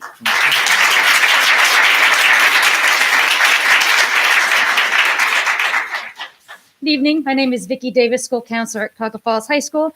I'm speaking tonight on the board's agenda topic, Return to School, on behalf of Cuyahoga Falls counselor Cindy Hardy, who is unable to attend this evening. But to be a bit more clear, most of the educators and principals in the Cuyahoga Falls City School District have really never left school since last spring. Last March, teachers were given the unprecedented directive of packing up classrooms and switching to remote learning with minimal warning and little preparation time. As usual, Cuyahoga Falls educators made it work and made it work well. Due to COVID precautions lasting into summer, many teachers volunteered countless hours helping administration devise building schedules to accommodate COVID restrictions. Others were spending their summer hours fine-tuning our new roles in remote learning and teaching. At that time, much of the community and even the state referred to teachers as heroes. So many people were impressed with what teachers were able to do on a day-to-day basis with students. Now it is only fitting that teachers ask the board to trust them when we tell you what is needed to do our jobs during this uncharted time. We cannot even get an MOU, so we can all be on the same page as to working conditions, including proper social distancing and PPEs this year. You really have not shown in good faith that as a board, you're interested in working with us as a team to get through this horrible time. According to Newsbreak, May 2020, the one ideology that school districts should not do this year is to go back to business as usual. Instead, districts are being encouraged to look at the already known lasting effects of the pandemic of anxiety, alienation, health issues, and stress on both students and teachers. COVID-19 has been tough on all of us, but when we look at our business, I think we need to look at how educators are crucial at this time. With hybrid and remote learning, we are the liaison between families for not only grades, but a variety of needs and concerns. Teachers, counselors, and principals are leaning on each other to help with so many more new areas of concern with students. We cannot have teachers feeling undervalued, replaceable, insignificant, and overly fatigued. They suggest that educational policymakers and those in educational decision-making positions value educators at this time and treat them as true professionals. The judgment of teachers is critical at this time in identifying what children and educators need in terms of professional development and supports. Teachers are the direct connection to students, who are the connection to our parents of this community. If we don't cherish and listen to this direct pipeline to the young people of our community, then this board is missing the best opportunity to reach students in the most positive manner. A district cannot afford to have burned out, disenfranchised, exhausted, overworked, and sick teachers. I would like to suggest that the board look at what so many educational scholarly professionals are recommending for schools in the next year or two: relief, recover, reform, and rebuild. Instead of instilling new initiatives, building goals, department goals, individual evaluations for educators, etc., I feel we should best serve our students with the needs they have at this moment. We need to work with the current spike and aftermath of what this tragic pandemic has given us and figure out together how we can best help our students and families deal with what we have now. Thank you.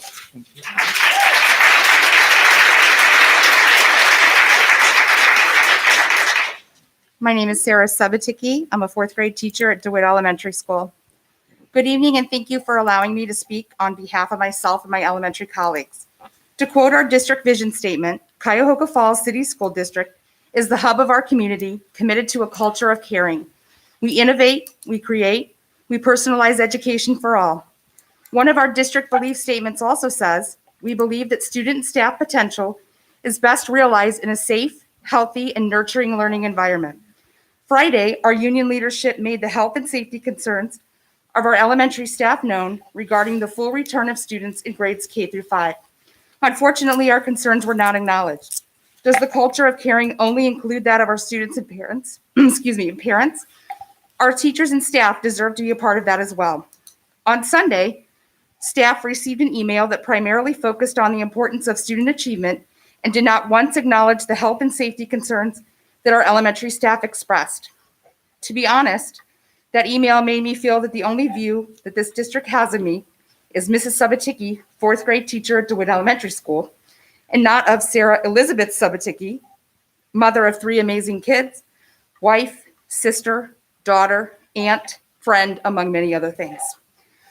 I am a human being that worries about the health and safety of my family, friends, colleagues, and students and their families, and myself. I will be honest when I say that during this global pandemic, student achievement is not of utmost importance to me. The safety and health, both physical and mental, of my students is number one priority to me and always will be. We do not know the trauma and all the lasting effects that these children will have because of the global crisis, but we can provide them with the love and address social emotional health concerns as they arise. As a member of the reopening task force that voted unanimously to begin school remotely due to the high numbers in our county of COVID cases, I find it irresponsible that we are bringing back students to full classrooms when our numbers are significantly higher now. Districts are now going back remote, are planning to go remote during the next few months. Large institutions such as the University of Akron have decided to go remote, and others have delayed their return to school 5 days due to safety concerns. Other districts who have been 5 days have been doing okay, as many are in newer buildings with larger classroom space, which allows them at least 6 feet distancing of their students, amongst other safety measures taken into account. I cannot justify that we are being asked to rethink holiday plans with our families, but we are okay with crowding students into classrooms. You know as well as I do that there are not enough substitutes to cover for teachers in the case of quarantine and sickness.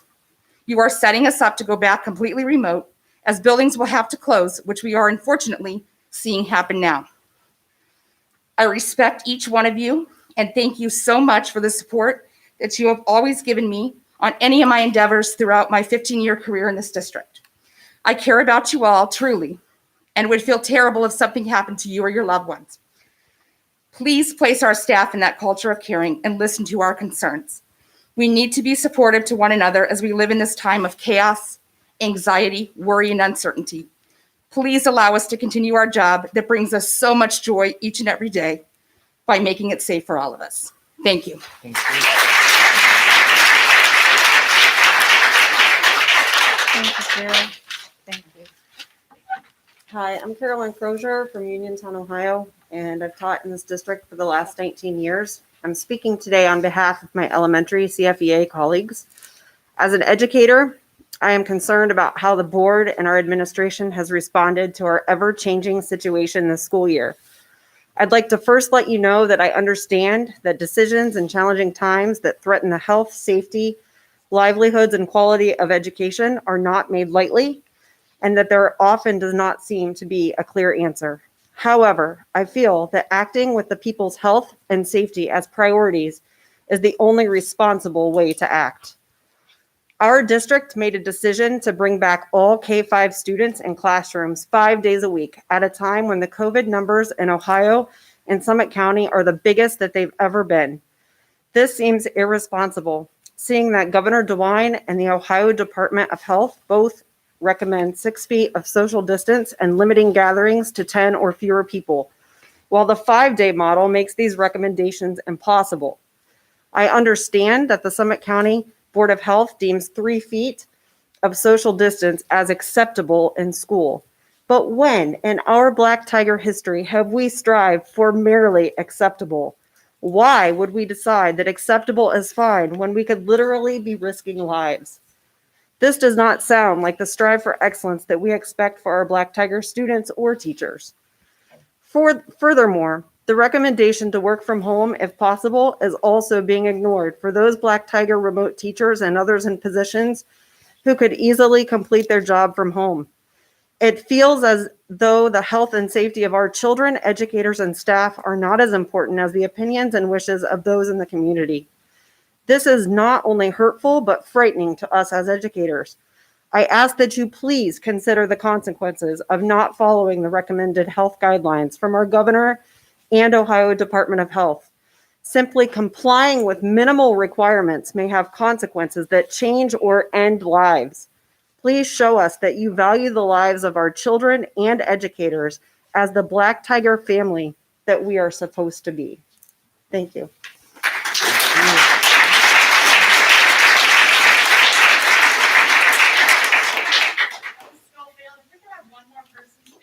I asked because he's going to speak about technology issues that none of the board has heard about yet at any meeting that I've ever been at. I appreciate it. Thank you.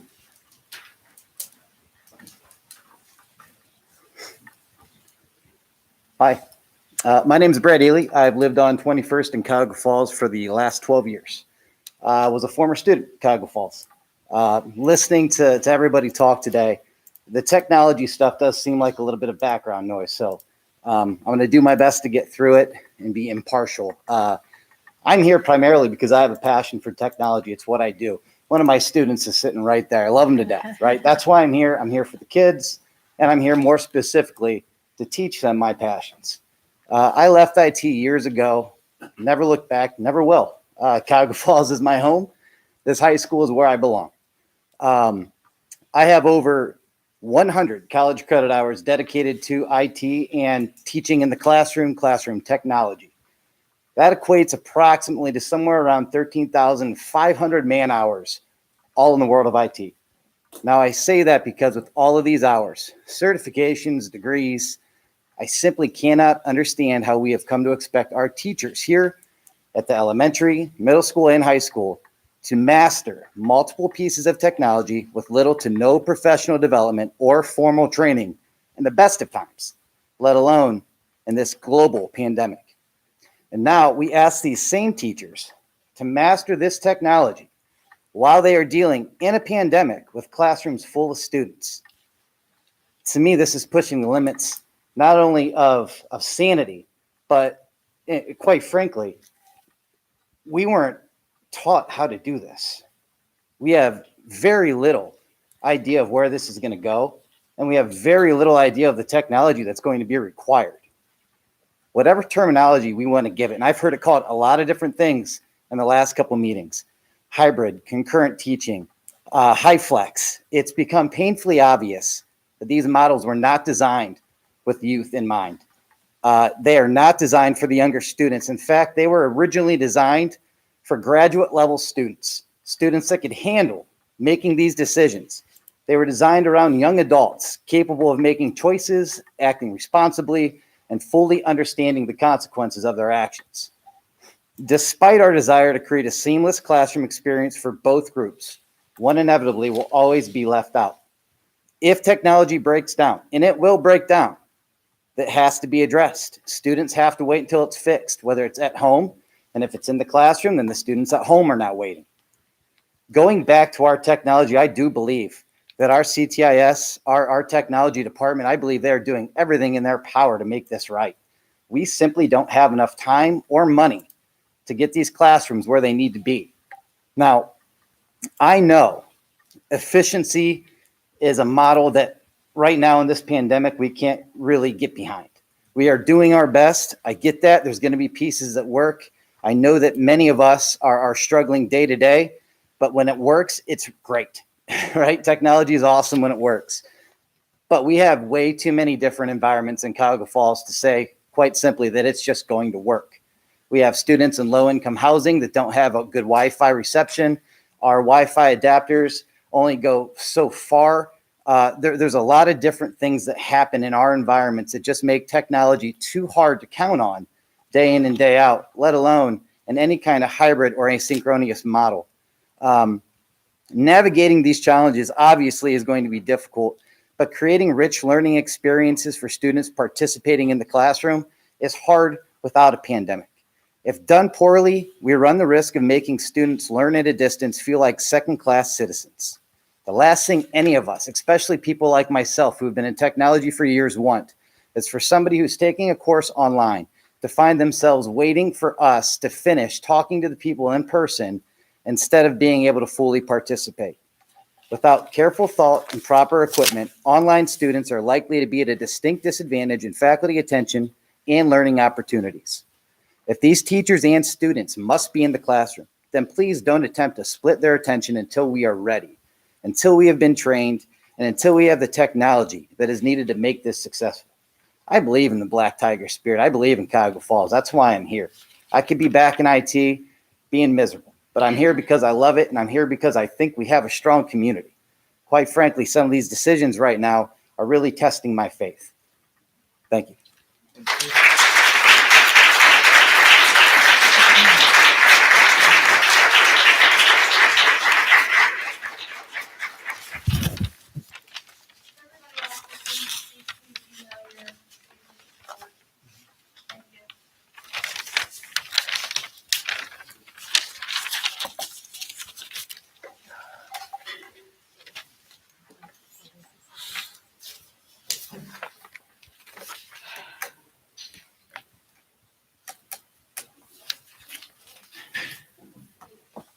Item J, board business. Number 1, Fair School Funding Plan Resolution.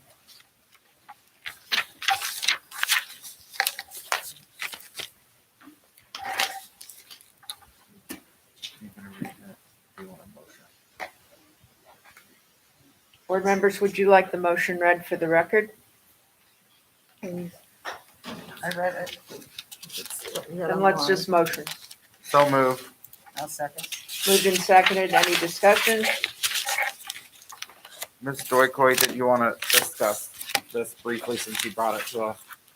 Yes, this is along with Ed Choice at the current moment trying to be pushed through. They are also trying to push through this framework by the end of December for the Fair School Funding Plan.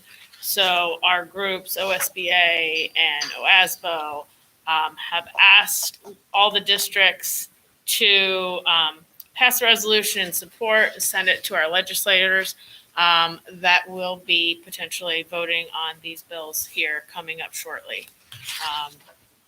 They've done a couple different grassroots efforts in order to reach out to legislation. This is one of them.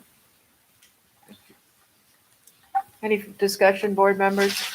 Basically indicates our support of the Fair School Funding Plan. Roll call, please. Dr. Hall? Aye. Ms. Moffett? Aye. Ms. Schofield? Aye. Ms. White? Aye. Mr. Gomez? Aye. Item 2, future agenda items. I know one of the items we wish to have on the agenda is our levy cycle.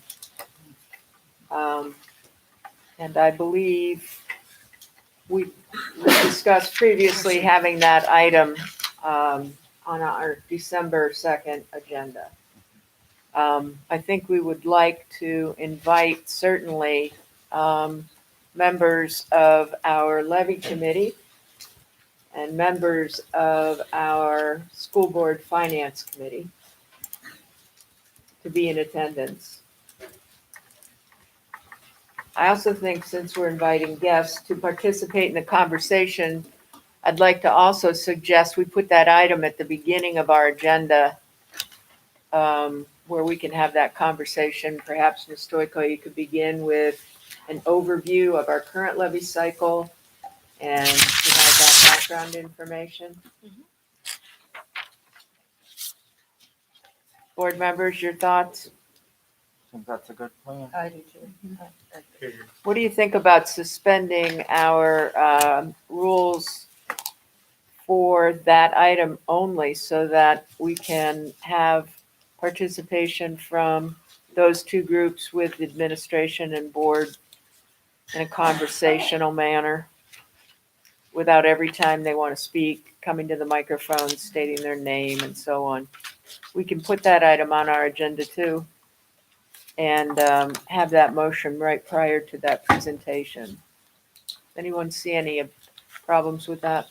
Yeah, I would like to keep it as we did this evening. I think that if we're going to enforce the rules, this is just my personal opinion. For one group, we should allow the courtesy of that to be for all the groups that come to address us. I'm hoping that if they know that the rules are what they are, they can put their thoughts together to be able to express their thoughts in the same format that we allowed our people tonight. I think the only difference is we're inviting them to come and speak with us about versus addressing the board on issues. I understand, But it's all right. More It's comfortable with okay. that. That's why we're here, is to have the conversation. Any other thoughts on that? We'll make that an agenda item for our December 2nd meeting. At our next meeting, we'll also have the first read of our policy book back on again. Okay. For approval at the second meeting in December. At some point in December, I know Mr. Wazelko is going to come speak on communications, and just a few things to keep in mind. Perhaps we could even approve our calendar for next year at next meeting if we wanted to. I know Ms. Coons gave us a draft of that, so we could put that on. And we also need to get with OSBA to renew our membership with them before the end of this calendar year. That's usually a pretty standard item at organizational. Is We our? found it in December in the past as Okay, well. all right. You said policy, you said- You've been you said policy, emailed You said the calendar, you said membership. What else did you say, just for my notes? board meeting Communications, calendar, what we so talked about. take a look at that. If you see any conflicts, we'll make those adjustments. Can we get a hard copy of the calendar on Friday, please? From Ms. Coons? Thank you, sir. Any other future agenda items, board members?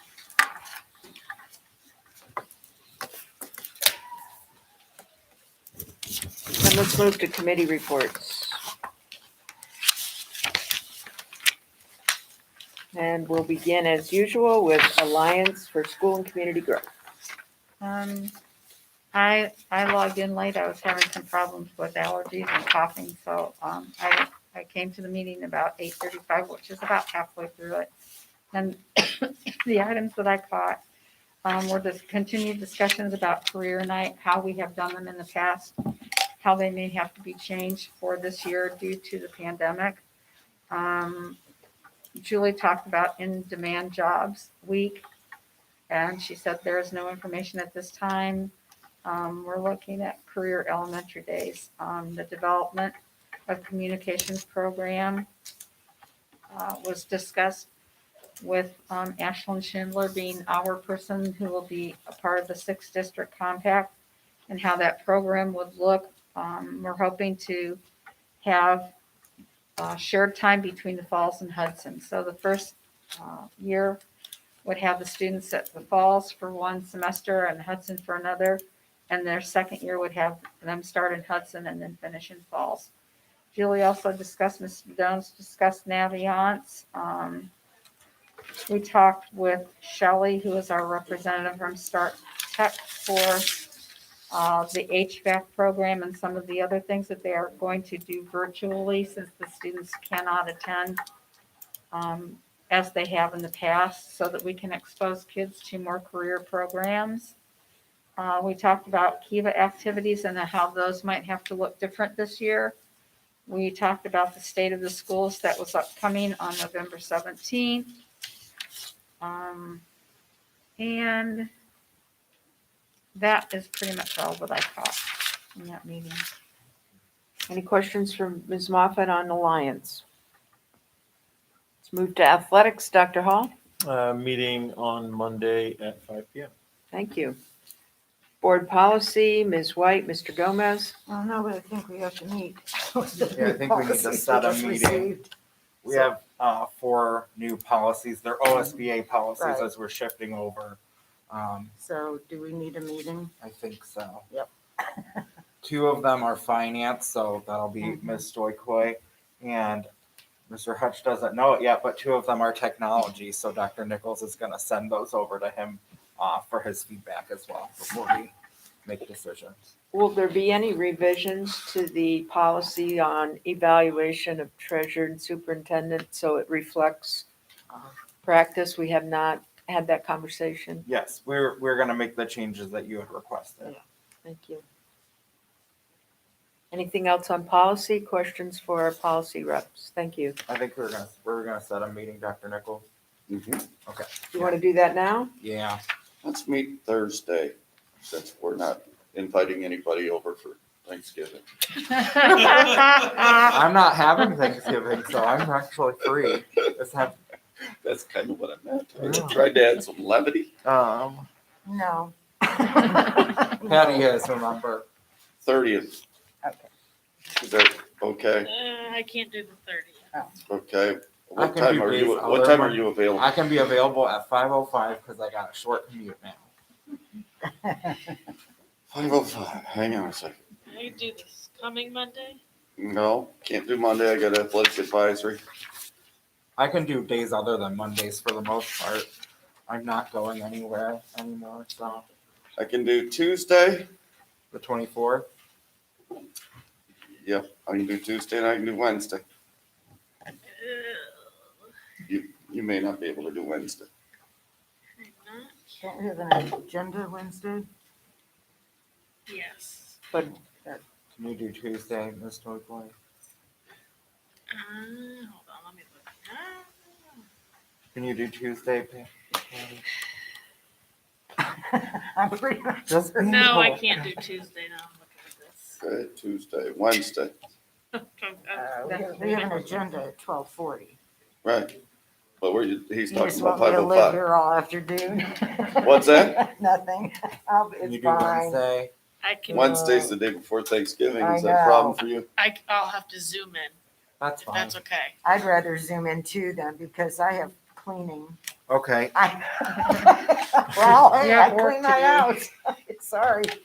I- Oh. Mr. Gomez, I think we prefer not to do it Wednesday, day before Thanksgiving. I told you I'm open, so how does fine. December 1st? December We have 1st. negotiations. we have December 3rd. negotiations. December what? 3rd. I can make that work. That's our, December 3rd would be good. Can't do it the 4th because that's that's our Ellen's board birthday. meeting. That's a Okay, Friday December anyway. 3rd. December 3rd, a Thursday, Five. Ms. White. Yeah, that's fine. 5:05 policy on. December 3rd? Okay. We'll get a reminder from. 5:05. Mrs. Laughlin tomorrow. No, I don't No. think you have to attend unless you desire to. no, I don't want you there. Works for me. Thanks for indulging us. move No, to I'll give you the policies. Business Advisory Council, We Ms. need, White, Dr. Hall. November 23rd at 8 a.m. That is a Zoom meeting. Financial Advisory, Dr. Hall again.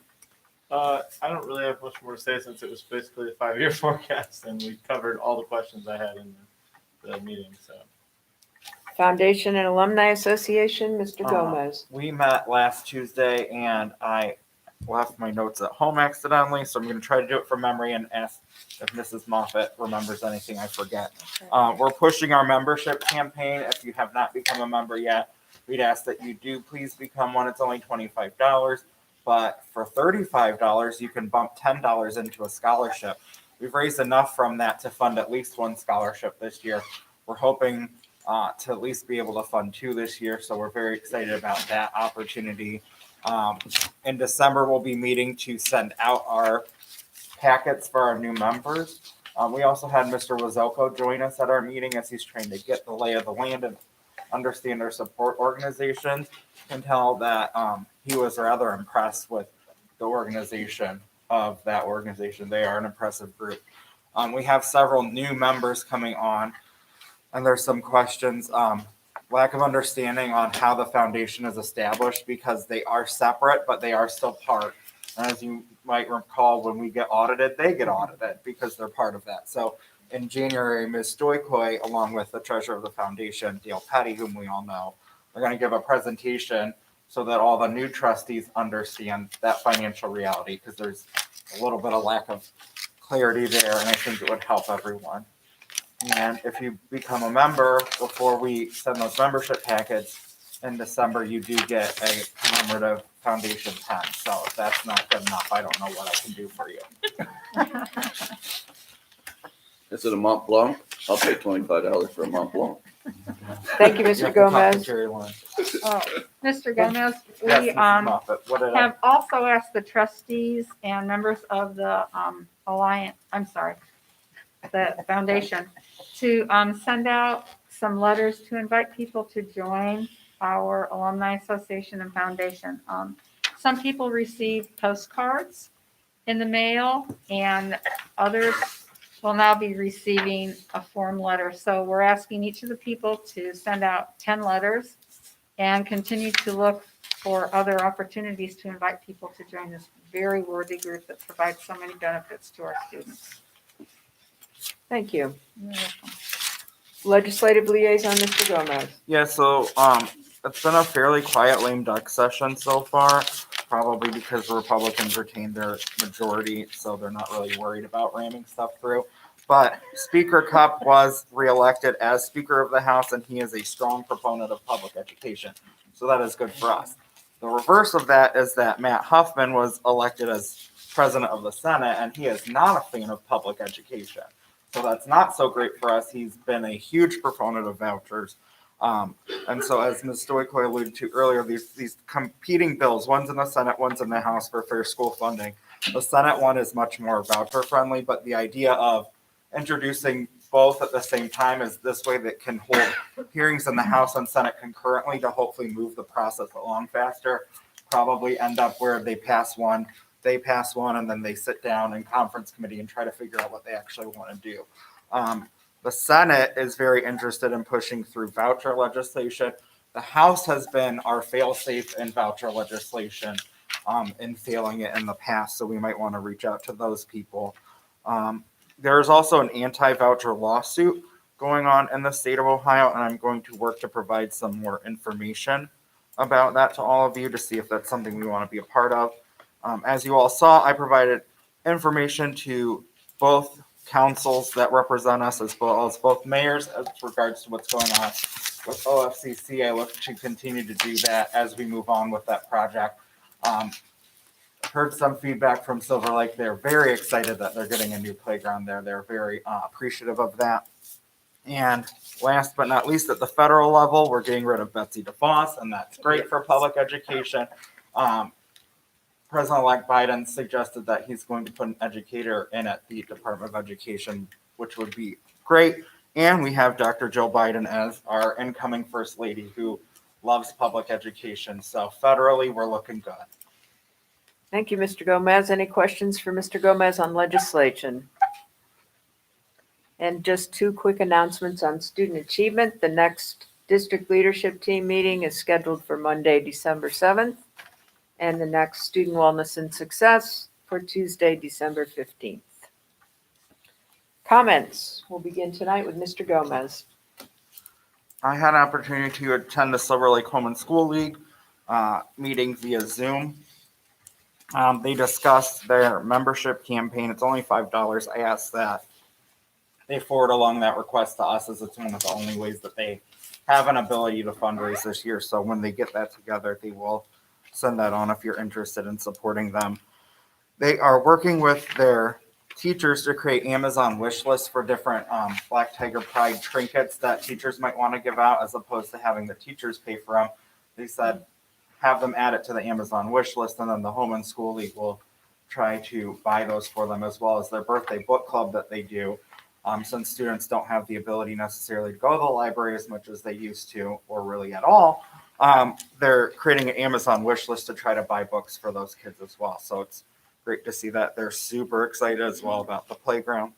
I want to congratulate several of our middle school students that were runners up in the prosecutor's art contest. Very proud of all of those students. It was great to see their names in the newspaper. And on a personal note, I'm really excited to drive around and see our buildings and see the new signs that Mr. Brigatti helped get replaced. I think it helps our buildings just look a little bit nicer to the public as they pass by. Thank you, Mr. Gomez. Dr. Hall? I just wanted to thank all the administrators and everyone who helped me get through all the buildings on my tour. I finally finished, wrapped up with Lincoln, got to see my girls in their classroom. And again, just really, really helpful to meet so many great administrators and so many great people and see all the great things that are happening in our buildings as I get acclimated to the district. I also just wanted to say I just finished reading Donlin and Whitaker's The School Board Members Guidebook, the subtitle of which is Becoming a Difference Maker for Your District. If anybody's following along with my self-imposed reading list, you can check that out. It's on my official board member Facebook page if you forget the title. And then also just want to reiterate, please wear your masks, be safe. That's all. Thank you, Dr. Hall. Mrs. Moffett. A couple things. I wanted to thank the public for providing the funds for our unique Capital Conference, professional development. We have until December 31st to attend the sessions that were presented during the conference. And I attended one, of course, virtually, as all of them are, presented by Kate Fagan in a town hall session. It was the most profound professional development I think I've ever attended in all my years in education. And she happened to be the author of What Made Maddie Run. I think, based on what I heard, it's probably a book that should be given to parents, teachers, and everyone who has any kind of interfacing with any kind of child during their lifetime. Because what happened to Maddie was she was a highly successful athlete who was affirmed and became, in her mind, that person who was an athlete. That was her identity. And when she transitioned from high school to college, she went to Penn State. She was recruited, I believe, to run. And it didn't go so well for her. It really did not. And she was not prepared for that transition because in her mind, she felt compelled to be successful because she had been her entire life. But Kate Fagan did a marvelous job about talking about the importance of free play in children's lives. And she accumulated all of Maddie's things after Maddie committed suicide because that's where Maddie's dark thoughts led her to go. And she took the time to research and presented such a phenomenal professional development that I wish all of us could have been attending. But she said, as children have a decreased amount of free play that is not guided by any adult, anxiety increases. So the correlation between a decreasing amount of playtime, free playtime, and an increased supervision of how we monitor our children's lives creates this anxiety in them. And she talked about all of the different myths that children face. The myth of college, the myth of the achievement culture, the myth of sports, the myth of perfectionism, social media, the divisions of personality, who we are when we're by ourselves, who we are when we're with friends and family, and who we become when we're on social media and its mass consumption. But she also talked about mental health. And what Maddie did not know is that there was a history of anxiety and depression in her family that, of course, we don't talk about because mental health is one of those verboten or forbidden subjects. And therefore, Maddie did not realize that a lot of the source of her depression and anxiety was related to genetics. So when I left that, I almost felt like my money had been well spent just on that particular session at Capitol Conference. So it made me rethink what I had done as a parent. It made me rethink about how I interface with children. And it made me celebrate my master's thesis, which topic was the importance of free play and playtime in kindergarten. So I just wanted to make this public because I really think that it was so powerful. And now in this time of pandemic, when everything is hitting everyone square in the face, and we're all faced with so many additional pressures that are on top of the pressures that we were facing in our normal lives. This is a powerful, powerful piece of literature that when we have those 2 seconds of downtime in our lives these days, perhaps we could take the time to look at them. And I'll shush up about that, but hopefully everyone can find What Made Maddie Run by Kate Fagan. I also wanted to recognize, and I may have shoved my papers away, that 2 of our top tigers from our last meeting were in the Beacon Journal for Kids of Character. So I wanted to acknowledge them. And I think that will be enough for tonight. Thank you. Thank you, Oh, Mrs. Moffett. oops, I'm sorry. Oh. We want to encourage our staff to join our Zoom meeting that Ellen set up on November 30th. So please read chapter 3 up through page 79. Make your comments and be prepared for our discussion on the 30th. Now I'm finished. Thank you. Thank you, Mrs. Moffett. Ms. White? I also clipped Peyton Portenchuk, I'm not sure how you say his name, and Sergio Anderson are 2 students that made the making the grade. But I also wanted to recognize one of my colleagues, past colleagues at the high school, who also was Make the Grade the Amazing Teacher, and that's Jennifer Schulman, our art teacher at the high school. I personally knew her, and I would decorate the English office with these stupid plastic tablecloths and little things for Christmas or whatever. Well, one year, word must have gone around that, oh boy, it looks terrible. And so when Jennifer was hired the very first year, she came in and decorated the whole table. And it was so beautifully done, and I so appreciated it. I could throw those stupid tablecloths away, not worry about it. But anyway, I just want to read what someone wrote about Mrs. Schulman. When a student walks into Jennifer Schulman's class for the first time, they quickly realize that they did not sign up for a course. They signed up for an experience. So I just wanted to congratulate her for making, I'm not going to read the whole thing, Make the Grade Amazing Teachers, because she is really special, as all our teachers are. I also wanted to let everyone know Mr. Crane set up a M&M's video. It's now online on our website, so you can watch that. And again, I'm just going to say this, whatever. I really think we should be all remote in our learning and teaching. That's, how I feel. I just think it's very dangerous right now. The COVID's going up and up and up. I just worry about everybody and everything. Something that was not mentioned is the effects. We have now know that over 1 million children have COVID, but we don't know how that's going to be for them in the future, whether it's going to affect their brain, their heart, their lungs. I'm very concerned for our community. So again, as I have done for I don't know how many times, our community, mask, distance, wash your hands. Please, for the sake of everybody, I too love Cuyahoga Falls. I grew up here. My kids are here, my grandchildren. I love this community. I want us to be safe. I don't want to lose one Fallsite, not one, to the stupid COVID. We can beat it if we work together and do it. So please,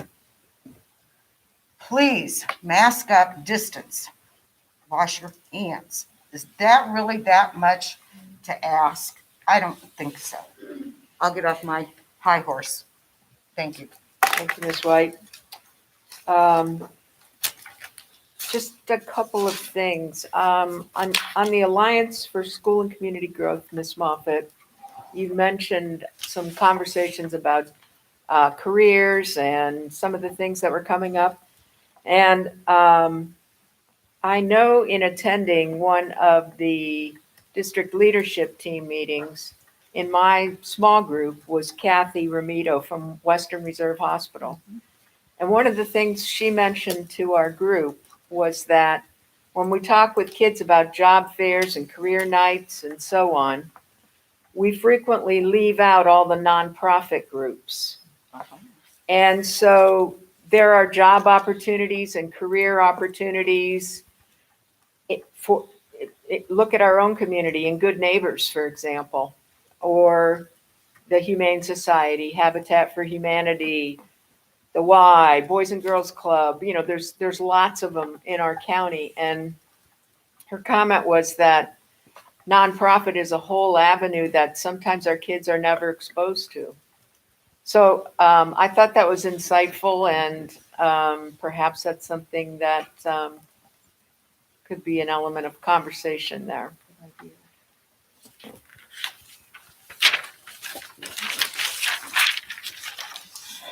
Item K, executive session pursuant to Ohio Revised Code, Section 121.22G1. It is hereby moved that the board adjourn to executive session for the purpose of considering the employment of an employee or official of the school district. Second. Thank you, Mr. I'd Gomez. like a 5-minute restroom break. Okay, let's take a motion on that right after we vote on this one. Discussion? Roll call, please. Ms. Moffett? Aye. Ms. Schofield? Aye. Ms. White? Aye. Mr. Gomez? Aye. Dr. Hall? Aye. Ms. White motion for a 10-minute recess, Well, 5. seconded by, I'll second. I'll take it. I don't care. A second. Moved and seconded. Roll call, please, on 10-minute break. Ms. Schofield? Aye. Ms. White? Aye. Mr. Gomez? Aye. Dr. Hall? Aye. Ms. Moffett? Aye. 9:27.